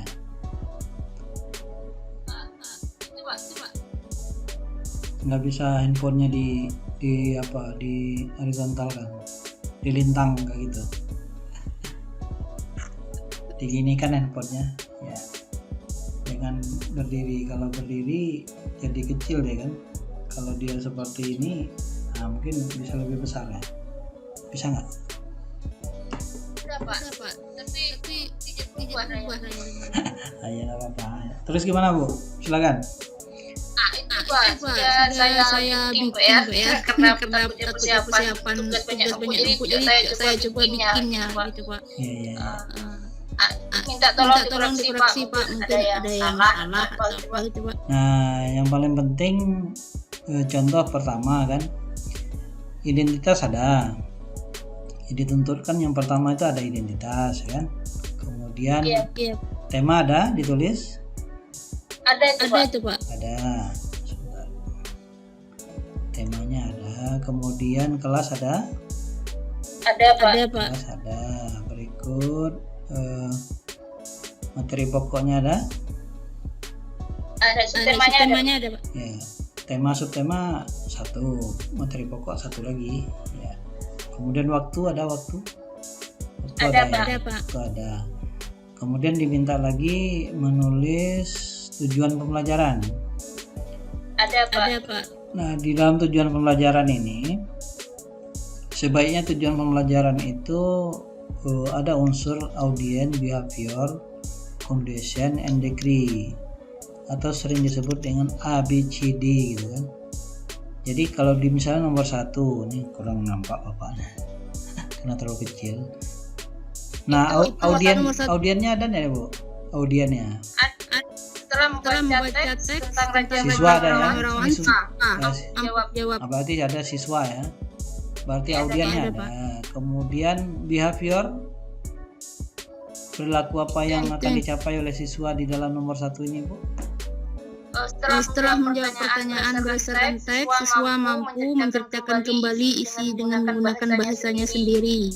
Nah, jadi kalau Bapak lihat ya, siswa mampu menjawab pertanyaan dengan benar ya. Yang nomor 1. Ya. Nomor 1.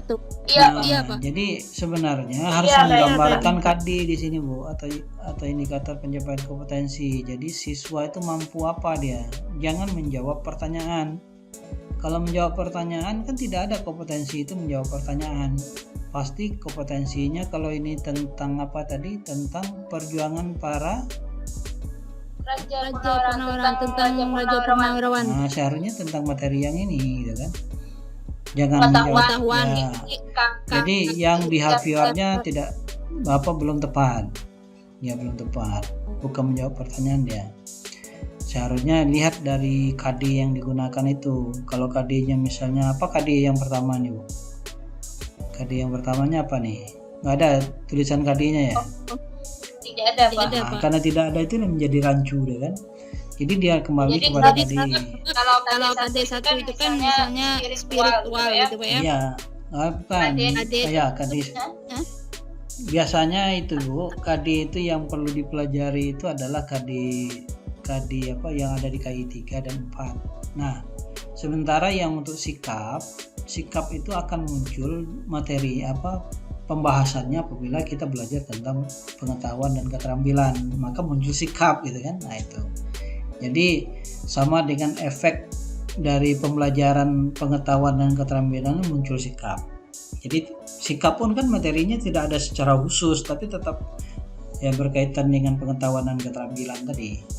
Maka dari itu langsung saja yang terkait dengan pengetahuan di situ. Dia KD di 3 titik berapa gitu kan. Nah, seperti itu.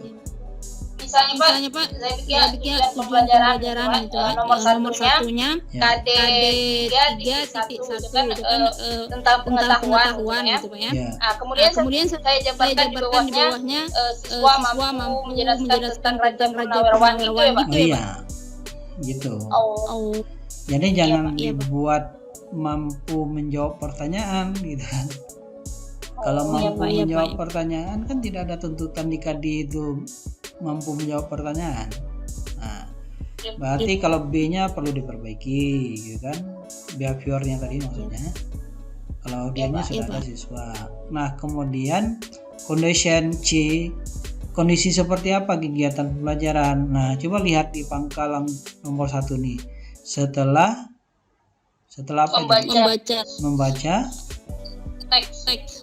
Membaca teks kan. Nah, Iya Pak. jadi kondisinya apakah cukup dengan membaca saja untuk mencapai kompetensi itu gitu kan.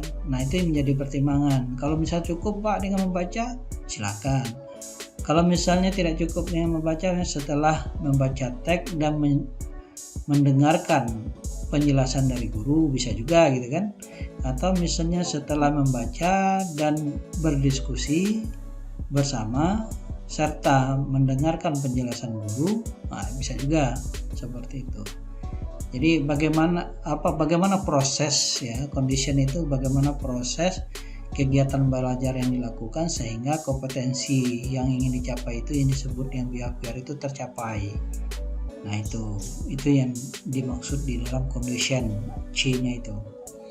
Jadi itu yang perlu diperhatikan. Kemudian untuk D itu dengan benar. Nah, ini sudah betul sebenarnya. Dengan benar itu kita sebut dengan degree. Jadi degree-nya itu bukan menjawab pertanyaan yang benar, tapi menjelaskan perjuangan apa itu raja ya. Nah, apa tadi degree-nya? Nah, itu. Jadi dengan benar itu adalah degree. Nah, jadi itu yang perlu diperbaiki, Bu. Terkait dengan tujuan pembelajaran. Kemudian untuk kompetensi dasar dan indikator belum ditulis ya.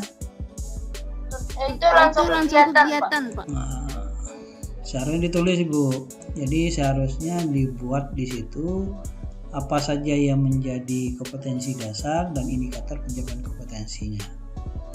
Harus ditulis. Barangkali video yang Bapak tampilkan tadi itu ada penjelasannya. Ya, nanti boleh ditonton atau mungkin Bapak share ya linknya. Ada bikin indikator Pak, tapi setelah kegiatan pembelajarannya gitu Pak. Oh, ada di bawahnya ya? Ada Pak. Ini kegiatan pembelajaran ada pendahuluan, inti, kemudian penutup Pak. Iya, terus di bawahnya ada ya? Ada Pak. Itu indikatornya Pak. Yang mana yang indikatornya mana? Oh, itu ya. Nah, nanti Ibu disesuaikan aja karena tuntutan di Permendikbud itu di awal, nggak mungkin lah indikator belakangan. Ya, jadi tujuan itu kita tetapkan berdasarkan kompetensi dasar. Cuman di dalam pembelajaran itu tujuannya dulu yang harus ditetapkan. Baru nanti kompetensi dasar dan indikator pencapaian kompetensinya berikutnya. Setelah itu baru ada kegiatan pembelajaran. Nah, baik itu kegiatan pendahuluan, kegiatan inti maupun kegiatan penutup. Nah, terkait dengan kegiatan inti dan penutup, Ibu, nanti harus disesuaikan dengan untuk kegiatan pendahuluan dan penutup itu kan sudah ada ketentuannya di dalam Permendikbud tentang standar proses. Bahwa kalau untuk pendahuluan nanti ada 5 kegiatan setidaknya, mulai dari mempersiapkan peserta didik secara fisik maupun secara psikis untuk mengikuti pembelajaran, memberikan motivasi, mengajukan pertanyaan atau dalam bentuk apresiasi, nomor 4 menyampaikan tujuan pembelajaran, dan kelima adalah menjelaskan kegiatan pembelajaran yang akan diikuti oleh peserta didik. Begitu juga di dalam kegiatan penutup. Di dalam kegiatan penutup itu kan setidaknya ada 3 kegiatan dilakukan. Di antaranya menemukan manfaat langsung dan tidak langsung terhadap pemanfaat langsung tidak langsung untuk siswa dari materi yang dipelajari. Sudah itu memberikan umpan balik terhadap proses pembelajaran yang dilakukan, termasuk juga menyimpulkan materi pelajaran. Kemudian yang berikutnya adalah memberikan tindak lanjut ya. Tindak lanjut ini terkait dengan apa saja yang harus dilakukan oleh siswa berikutnya, termasuk yang terakhir adalah menginformasikan materi apa yang akan dipelajari yang akan datang. Nah, itu ada di dalam kegiatan penutup. Sementara untuk kegiatan inti itu nanti lebih banyak menekankan kepada penerapan, pendekatan maupun model pembelajaran terpadu. Nah, di situ letaknya. Nah, tentu keterpaduannya mulai dari materi, tentu kegiatan pembelajarannya juga terpadu seperti itu Ibu, yang terkait dengan langkah-langkah pembelajaran ya. Sementara Iya, Pak. itu Iya, Pak. untuk metode, media dan sumber belajar sudah ada ya? Ada, Pak. Ada, Pak. Ada, oke. Kemudian yang terakhir penilaian. Coba buka Iya, penilaian. Pak. Iya, Pak. Penilaiannya ada penilaian sikap, oke. Pengetahuan mana? Penilaian pengetahuan dan keterampilan belum ada. Tidak, Pak. Ya, nanti untuk penilaian sikap nanti bisa dalam bentuk teman sejawat, bisa penilaian diri atau penilaian sikap oleh guru bisa juga. Nah, kalau untuk yang pengetahuan, penilaian pengetahuan kan bisa dalam bentuk tes tertulis, lisan, ataupun dalam bentuk yang lain. Nah, sementara untuk keterampilan sudah Bapak jelaskan tadi. Seperti itu, Bu. Nah, yang menjadi pedomannya apa, Bu? Kapan kita melakukan sikap-sikap itu apa yang mau dinilai? Ini sesuai dengan KD. KD-nya apa? Nah, tentu KD-nya itu misalnya sikap itu kan dua itu, Bu. Ada sikap spiritual, ada sosial. Nanti dicek KD yang ada di KI 1 itu yang berhubungan dengan sikap spiritual. Nanti untuk penilaian sikap sosialnya cek lagi KD yang ada di KI 2. Nah, disesuaikan apa yang mau dinilai di situ. Nah, itu. Begitu juga dengan yang keterampilan, pengetahuan dan keterampilan. Nah, harus kembali kepada kompetensi. Nah, seperti itu. Nah, cara penilaiannya ya tergantung pendekatan yang seperti apa yang paling tepat. Itu aja, Bu. Oke, Bu ya. Iya, makasih, Pak. Oke, terima kasih. Share screen-nya Ibu Zubaida.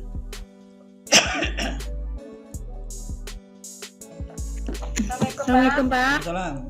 Silakan Ibu. Izin bertanya. Izin bertanya Pak. Ibu Perawati ya, silakan. Iya Pak. Iya Pak. Saya mau Saya mau bertanya itu dalam menyusun silabus pembelajaran terpadu, aspek terpenting apa saja yang harus diperhatikan oleh seorang guru agar mudah dipahami. Begitu Pak. Terima kasih. Oke, terima kasih. Aspek saja yang perlu diperhatikan ya. Ada yang mau menanggapinya terlebih dahulu? Boleh, silakan sambil kita mengisi daftar nilai harian kita, Bapak Ibu. Ada yang mau menanggapinya? Silakan. Kameranya boleh diaktifkan kalau di saat tidak presentasi. Karena kamera Bapak aktif terus kan, bisa dilihat. Nah, ada yang mau menanggapi? Majeng mau menanggapi? Marisa mau menanggapi? Rizkita? Rayu? Menanggapi. Assalamualaikum Pak. Waalaikumsalam, silakan. Bu Zubaida lagi ya? Iya Pak. Iya Pak. Sepertinya sudah dibahas Pak. Yang aspek yang perlu dilihat itu kan ada kompetensi dasarnya yang seperti Bapak bilang tadi Pak. Iya. Ada indikator, ada satuan identitas sekolahnya, mata pelajarannya, itu Pak menurut saya Pak. Oke, makasih. Jadi pada intinya seperti yang Bapak jelaskan tadi, ini Bapak share screen ulang supaya bisa mengingatkan kita kembali apa yang perlu diperhatikan di dalam merancang pembelajaran terpadu itu. Nah, tentu di dalam hal ini kita harus kembalikan ke Permendikbud nomor 22. Inilah yang perlu diperhatikan. Identitas, kalau untuk identitas mungkin hampir sama ya. Sebentar, identitasnya sama. Kalau untuk tujuan pembelajaran tadi, ya tujuan pembelajarannya harus ada unsur ABCD-nya. Kalau misalnya nomor 1 ini kan A-nya audien, kemudian behaviornya itu dapat menyanyikan lagu dengan tinggi rendah suara yang tepat, bukan seperti yang disajikan oleh Ibu Zubaida tadi ya, bertanya menjawab pertanyaan, bukan seperti itu. Itu yang disebut dengan behavior itu. Kemudian untuk condition atau kondisi seperti apa proses pembelajaran dengan mendengarkan lagu dan menyimak penjelasan guru. Tapi kalau ada yang cocok lagi dengan berdiskusi, kalau ada kegiatan diskusi, silakan melalui diskusi gitu kan. Dan yang terakhir untuk degree-nya dengan penuh percaya diri. Nah, ini salah satu contoh yang perlu diperhatikan. di dalam kita menyusun tujuan pembelajaran. Nah, kemudian untuk kompetensi dasar dan indikator pencapaian kompetensi, nah tadi nah ingat, ini turunannya harus menggunakan KKU. Kalau boleh Bapak coba buka dulu KKU-nya mana ya. Nih Bapak coba buka sebentar. KKU. Nah, KKU itu seperti ini Bapak Ibu. Ini Bapak ulang share screen ya.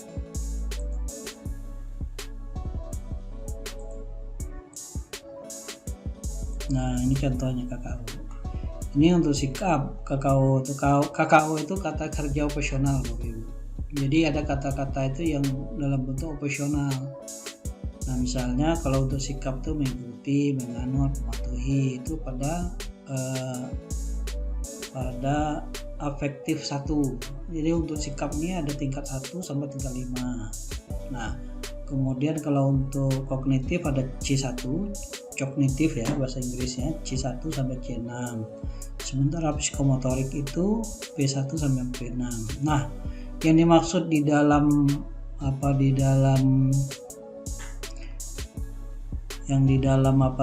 dalam bahan ajar Bapak tadi ya. Ini Bapak share screen ya. Lagi, ini susahnya share screen-nya harus bolak-balik nih.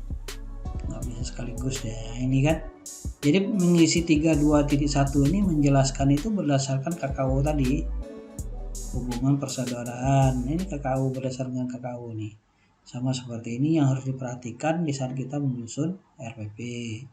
Nah kemudian yang untuk materi pelajarannya jangan lupa, jangan membuat misalnya judul materinya saja, tapi ditulis ya, materi apa yang dipelajari siswa itu ditulis. Nah ini kan ditulis nih, kalau mengamati ini yang ditulis, kalau berlatih ini yang ditulis, kalau berjanji ini yang ditulis gitu kan. Kemudian misalnya kalau kegiatannya bercerita ini yang ditulis, dan seterusnya. Nah itu yang terkait materi yang harus diperhatikan di dalam pembelajaran terpadu di saat kita menulis RPP. Kemudian untuk media dan sumber belajar ya, itu seperti ini contohnya, atau contoh yang ditulis oleh Ibu Zubaidah tadi juga boleh. Untuk langkah-langkah kegiatan pembelajaran, ingat bahwa ada 3. Nah, kegiatan pendahuluan itu harus menyesuaikan dengan Permendikbud. Bagaimana kegiatan pendahuluan yang ditentukan di dalam Permendikbud tersebut, seperti yang Bapak sampaikan tadi. Kemudian untuk kegiatan inti nanti menyesuaikan dengan model pembelajaran, pendekatan pembelajaran atau kegiatan belajar itu sendiri, seperti ayo membaca, berlatih. Nah, cuman yang ditekankan di dalam kegiatan ini perlu Bapak Ibu ketahui, yang perlu diperhatikan itu apa yang harus dilakukan oleh guru dan apa yang harus dilakukan oleh siswa. Setiap kegiatan seperti ayo membaca, berlatih, ayo bernyanyi, ataupun ayo bercerita atau dalam bentuk kegiatan yang lain.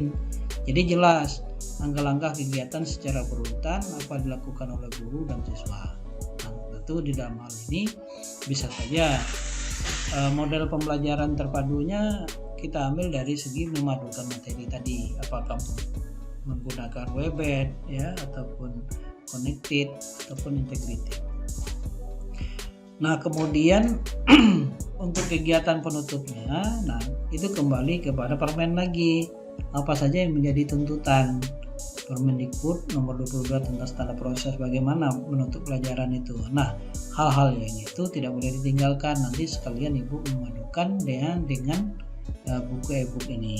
Nah itu. Kemudian untuk penilaian ya, untuk penilaian nanti ini Bapak langsung saja jelaskan. Jadi untuk penilaian yang perlu diperhatikan ini Bapak lewatkan dulu.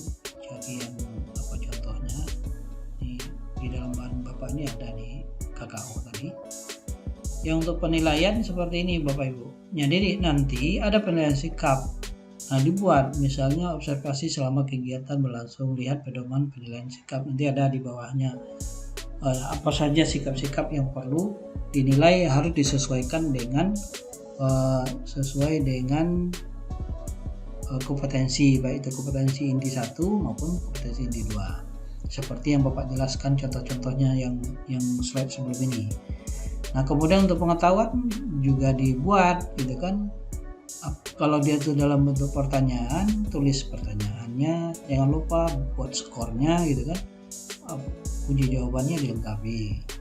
Nah, kemudian untuk keterampilan itu sendiri juga diperlihatkan seperti ini, aspek apa saja yang dinilai, kemudian seperti apa penilaian, seperti yang Bapak tampilkan tadi yang bagian ini. Mana tadi contohnya yang Bapak tampilkan tentang penilaian tadi, mana ya, yang aurora tadi. Ini kayaknya udah jauh ya. Nah, ini di slide yang ini tadi kan, ini contoh-contohnya tadi. Nah, ini dia. Kalau dalam bentuk sikap seperti ini, ada yang lembaran untuk individu siswa sesuai dengan aspek yang dinilai. Ini aspek nilai ini diambil dari kompetensi dasar KI 1. Nah, kemudian untuk penilaian diri ya, ini contoh penilaiannya. Ini penilaian diri ini tentu berhubungan dengan sikap sosial. Ya, sikap sosial ini kan dilihat dari pernyataannya apa, dari mana ngambil ini Pak, saya selalu berulang sebelum ini berkaitan dengan KD yang ada di KI 2. Nah, itu yang ini nih, ini yang pernyataannya diolah. Nah, kemudian untuk pengetahuan ini seperti contohnya tadi kan yang Bapak jelaskan. Nah, begitu juga dengan untuk keterampilan. Nah, itu semua tentu Bapak coba naik tampilannya, penilaiannya itu. Sebentar. Ini formatnya. Penilaian sikap gitu kan. Nah, kemudian ada pengetahuan tadi. Kemudian diikuti dengan penilaian keterampilan sebagai contoh. Ini contoh keterampilan ini. Nah, bagaimana Bapak Ibu terkait dengan pertanyaan Ibu Perawati tadi, bisa dipahami atau bagaimana? Bisa? Bisa, Pak. Bisa, Pak. Ya. Oke, terima kasih. Nah, Bapak akan melanjutkan materi kita. Terima kasih ya Pak. Ya, sama-sama. Terima kasih Pak keterangannya Pak. Ya, Bapak akan melanjutkan materi kita tentang Ya, Pak. penilaian tadi. Kalau tadi kan slide-nya Bapak langsung saja dicontoh, tapi ada beberapa hal mungkin yang perlu kita perhatikan juga. Bapak akan memundurkan slide-nya. Ya, oke. Jadi untuk konsep penilaian itu sendiri ya, penilaian pembelajaran di dalam pembelajaran terpadu seperti yang ada di dalam modul kita. Di modul 5 ya. Di halaman berapa ini gambar ini? Ada yang tahu? Di halaman 5.4. Nah, di halaman 5.4 ini tentang penilaian ya. Jadi penilaian itu ada tes, ada non-tes. Yang dites ataupun dalam bentuk non-tes itu pasti harus kembali kepada mengukur pengetahuan kah, atau keterampilan kah, atau sikap atau nilai. Nah, ini yang digambarkan di dalam modul kita di halaman 5.4. Walaupun di sini tidak ditulis ada nilai, tapi di sumber yang lain ada nilai. Tapi nggak perlu kita perdebatkan ada tidaknya, yang paling penting 3 kompetensi tadi ya, mulai dari sikap, pengetahuan maupun keterampilan itu dinilai melalui tes ataupun non-tes. Nah, di saat dilakukan dalam bentuk tes, nah maka nanti ada tes tertulis, ada tes lisan, ada tes perbuatan. Nah, terkait dengan ini tentunya kalau untuk tes tertulis nanti ada tertulis dalam bentuk tertutup, ada yang terbatas, ada terstruktur, ada juga yang dalam bentuk bebas terbuka. Itu tes tertulis uraian ya. Sementara ada juga dalam bentuk tes tertulis objektif. Ya sama ya. Ya sama dengan buku kita. Yaitu mulai dari pilihan ganda ya. Pilihan ganda itu sebutnya memilih, kemudian kalau isian singkat, isian panjang atau khusus itu mengisi. Nah, itu yang dimaksud di dalam konsep penilaian itu. Nah, sementara yang untuk non-tes yang juga menilai pengetahuan, keterampilan dan sikap itu mulai dari skala sikap seperti hasil pengamatan guru tadi, itu kan tidak melalui tes itu. Kemudian daftar periksa seperti yang dicontohkan tadi, atau melalui kuesioner atau catatan anekdot ya, atau portofolio melihat bagaimana kemajuan belajar siswa, itu kan tidak dites tapi dilihat perkembangannya. Atau mungkin melalui catatan sekolah, kalau ada catatan sekolah itu seperti misalnya siswa itu kalau dia berhubungan dengan disiplin, kalau yang catatan sekolah itu kan dia datang ke sekolah gitu kan, ada nggak catatan dia terlambat, itu yang menjadi pedoman. Kemudian ditambahkan juga di dalam modul kita itu adalah jurnal. Nah, jurnal itu jurnal guru, misal ya seperti kita menulis portofolio itu saja, tapi dia lebih simpel gitu kan. Kemudian ada cuplikan kerja juga bisa dilakukan. Nah, itu tentang konsep pembelajaran terpadu. Nah, sementara prinsip itu sendiri Bapak mengutipnya di dalam Permendikbud nomor 23 tahun 2016 tentang prinsip di dalam penilaian. Walaupun di dalam modul kita itu di halaman 5.5 ada prinsip integral, ada berkesinambungan, objektif, itu 3 prinsip-prinsip di dalam penilaian. Tapi secara lebih luas ya, itu dijelaskan di dalam Permendikbud Bapak Ibu. Jadi ada sahih, ada objektif, ada adil, kemudian ada menyeluruh dan berkesinambungan, terbuka, terpadu, berikut sistematis, beracuan kriteria, dan akuntabel. Nah, ini masing-masing tentu dia membeli makna masing-masing. Kalau sahih itu bagaimana penilaian itu memang mencerminkan kemampuan siswa yang diukur, artinya ya harus objektif untuk mendapatkan hal tersebut gitu kan. Nah, kalau kita tidak objektif misal karena dia itu anak teman atau masih keluarga segala macam, nah, maka itu menjadi nilai itu tidak sahih karena tidak bisa mencerminkan kemampuan yang diukur. Maka penilaian yang kita lakukan harus sesuai dengan kompetensi dasar. Kemudian berikutnya untuk penilaian objektif ya harus dilakukan iya tidak gitu. Jangan gara-gara anak teman, anak tetangga, masih keluarga nanti akan merubah objektivitasnya. Kemudian harus adil.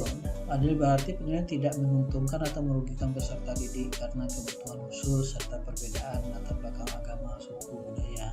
Maka hal-hal yang demikian itu kita hindari di dalam penilaian.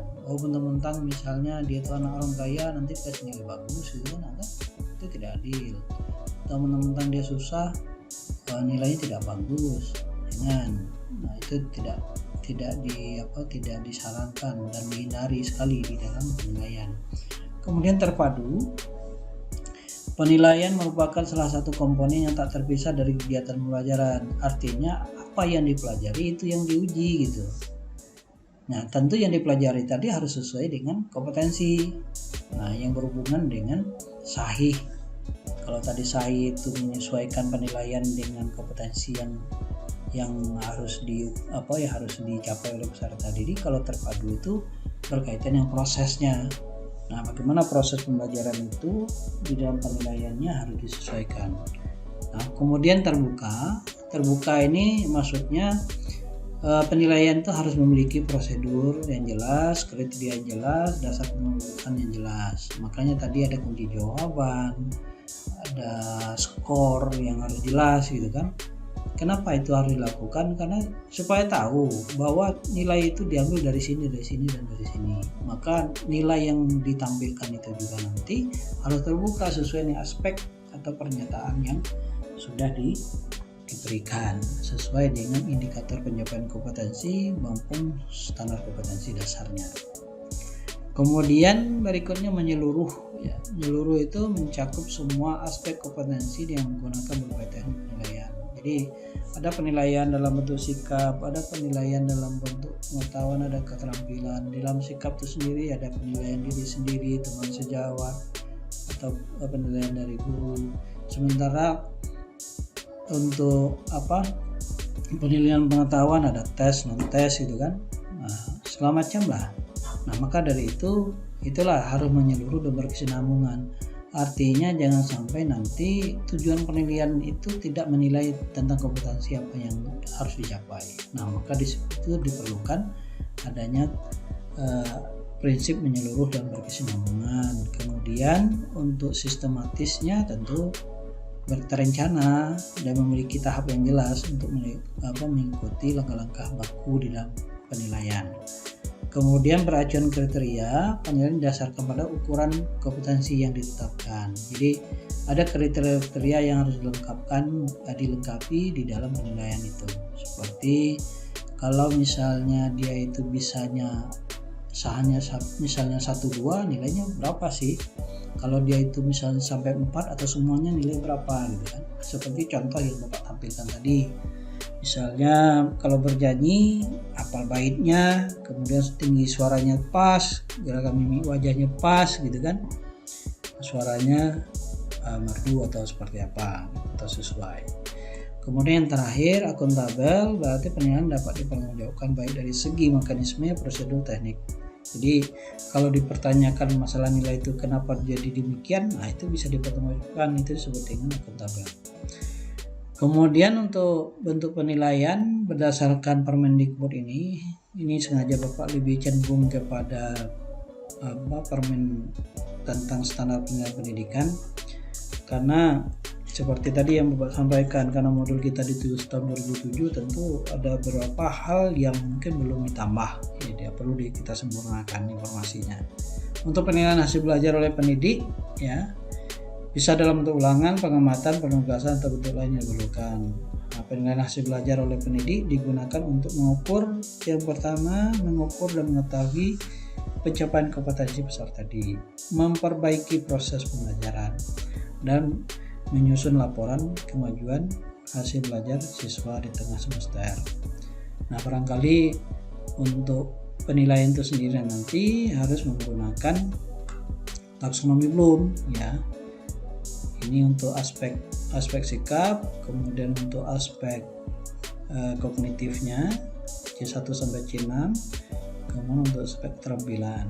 Nah, nanti Bang Ajar Bapak ini Bapak akan tempelkan atau masukkan di dalam LMS. Bagi yang membutuhkan untuk ditampilkan kembali silakan, karena Bapak tidak langsung share tapi harus diakses di LMS. Nah, barangkali itu saja untuk prosedur. Bisa dilihat menetapkan tujuan penilaian, kemudian menyusun kisi penilaiannya, ada instrumen penilaian, kemudian analisis kualitas instrumen, melakukan penilaian, mengolah analisis, melaporkan hasil dan mengambil manfaat laporan hasil penelitian itu. Penilaian, maaf. Nah, itu semua bisa kita baca lebih mendalam lagi di dalam standar penilaian pendidikan. Barangkali itu saja, ini sudah Bapak tampilkan tadi terkait dengan materi kita. Sampai di sini ada yang mau ditanyakan atau didiskusikan, silakan Bapak Ibu sekalian. Tapi Bapak ingin memberikan informasi bahwa di dalam LMS kita nanti ada yang mau ditanyakan, silakan. Ada? Sambil menunggu ada pertanyaan, walaupun lewat dari jam 10 sedikit nggak apa-apa. Bapak ingin informasikan bahwa ya sebentar. Informasikan bahwa untuk sesi 3 itu sudah ada soalnya di sini ya. Tugas 1. Ini termasuk tugas tutorial. Kalau kemarin tugas partisipasi dan dilengkapi dengan latihan uji kompetensi. Nah, nanti Bapak akan share beberapa keterangan yang berkaitan dengan soal tugas tutorial ini dengan latihan uji kompetensi yang bisa diakses di LMS kita masing-masing. Oke, silakan. Siapa yang mau bertanya tadi? Silakan. Ada? Mary Pak mau bertanya. Nah, silakan Mary. apa perbedaannya tujuan pembelajaran dan indikator, Pak?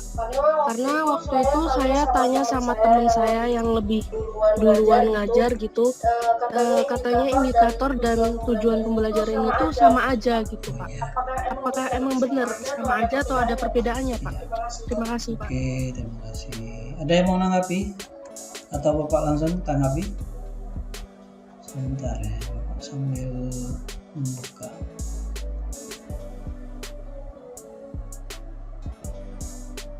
Oke. Ibu Zubaidah masih ada di kelas kita?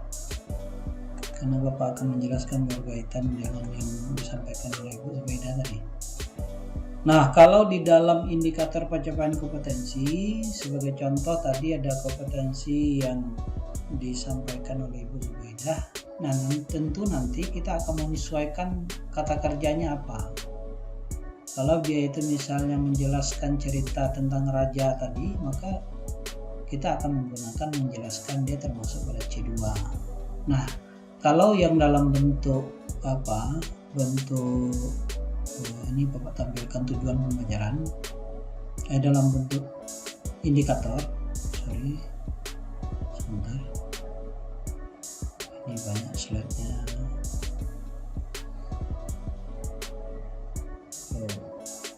Mana tadi?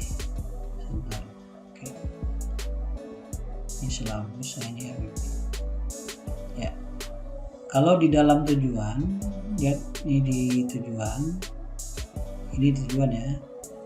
Kalau tujuan redaksinya yang Bapak sampaikan tadi ABCD. Nah, tapi kalau di dalam indikator seperti apa, Pak? Ini dia, menjelaskan hubungan persaudaraan dengan keluarga ayah, besar ayah. Kenapa ini menjadi indikator? Ini kan turunan dari kompetensi dasar. Jadi kalau kompetensi dasarnya memahami hubungan persaudaraan dengan keluarga besar ayah dan ibu, maka di sini menjelaskan hubungan persaudaraan bisa kita pisahkan dalam bentuk konteks. Karena di sini ada ayah, ada ibu, maka dia masing-masing. Tapi bisa juga yang berbeda, contohnya silsilah tadi kan. Silsilah itu misalnya mempraktikkan perkenalan diri anggota keluarga dengan santun. Jadi tidak lagi kita memisahnya dengan ayah dan ibu. Nah, tentunya di saat kita menentukan indikator pencapaian kompetensi berbeda dengan kita membuat tujuan pembelajaran. Nah, kalau contohnya Pak, misal tujuan pembelajaran yang terkait yang memahami hubungan persaudaraan keluarga besar ayah dan ibu. Bisa saja kita buat di dalam tujuan pembelajaran itu melalui penjelasan guru dan diskusi siswa atau tanya jawab, atau misalnya misalnya siswa itu diminta untuk satu persatu mencoba menjelaskan silsilah keluarganya. Nah, kemudian siswa dapat menjelaskan hubungan persaudaraan keluarga ayah dan ibu dengan baik. Nah, itu dalam bentuk tujuan pembelajaran. Jadi itulah perbedaannya. Kalau misalnya kompetensi dasar itu adalah hanya yang ada di dalam kompetensi dasar, yang tidak ada unsur audien, tidak ada unsur conditionnya, dan tidak ada unsur degree-nya. Jadi yang ada itu ada behavior cuman. Nah, maka dari itulah perbedaan. Apa beda antara kompetensi dasar dengan tujuan pembelajaran? Jadi bukan sama itu dalam konteks kompetensinya yang sama, tapi redaksi di saat kita membuat sebuah kalimat untuk tujuan pembelajaran itu sendiri tentu berbeda dengan kompetensi dasar. Nah, seperti itu. Siapa tadi yang bertanya? Mary ya? Gimana Mary? Bisa dipahami atau yang lainnya? Alhamdulillah Pak, sudah mulai paham Pak. Terima kasih Pak. Nanti ada beberapa video juga mungkin bisa dilihat supaya tahu di mana letak perbedaannya. Oke ya, barangkali itu saja untuk tutorial kita siang hari ini. Sudah lewat 6 menit loh. Nanti nggak bisa masuk ke kelas berikutnya. Dikirain Bapak nggak tahu waktu gitu kan. Padahal kita sudah mulai dari sebelumnya. Oke ya, Bapak izin live dulu, terima kasih. Jangan lupa tugas-tugasnya dikerjakan walaupun Ibu Kuvianti masih dalam perjalanan, entah kemana itu, goyang-goyang mobilnya. Ya. Oke, sekian dulu, terima kasih. Ya. Wassalamualaikum warahmatullahi wabarakatuh. Bapak izin live ya. Mau ke rumah sakit, Pak. Ya. Iya, Pak. Salam.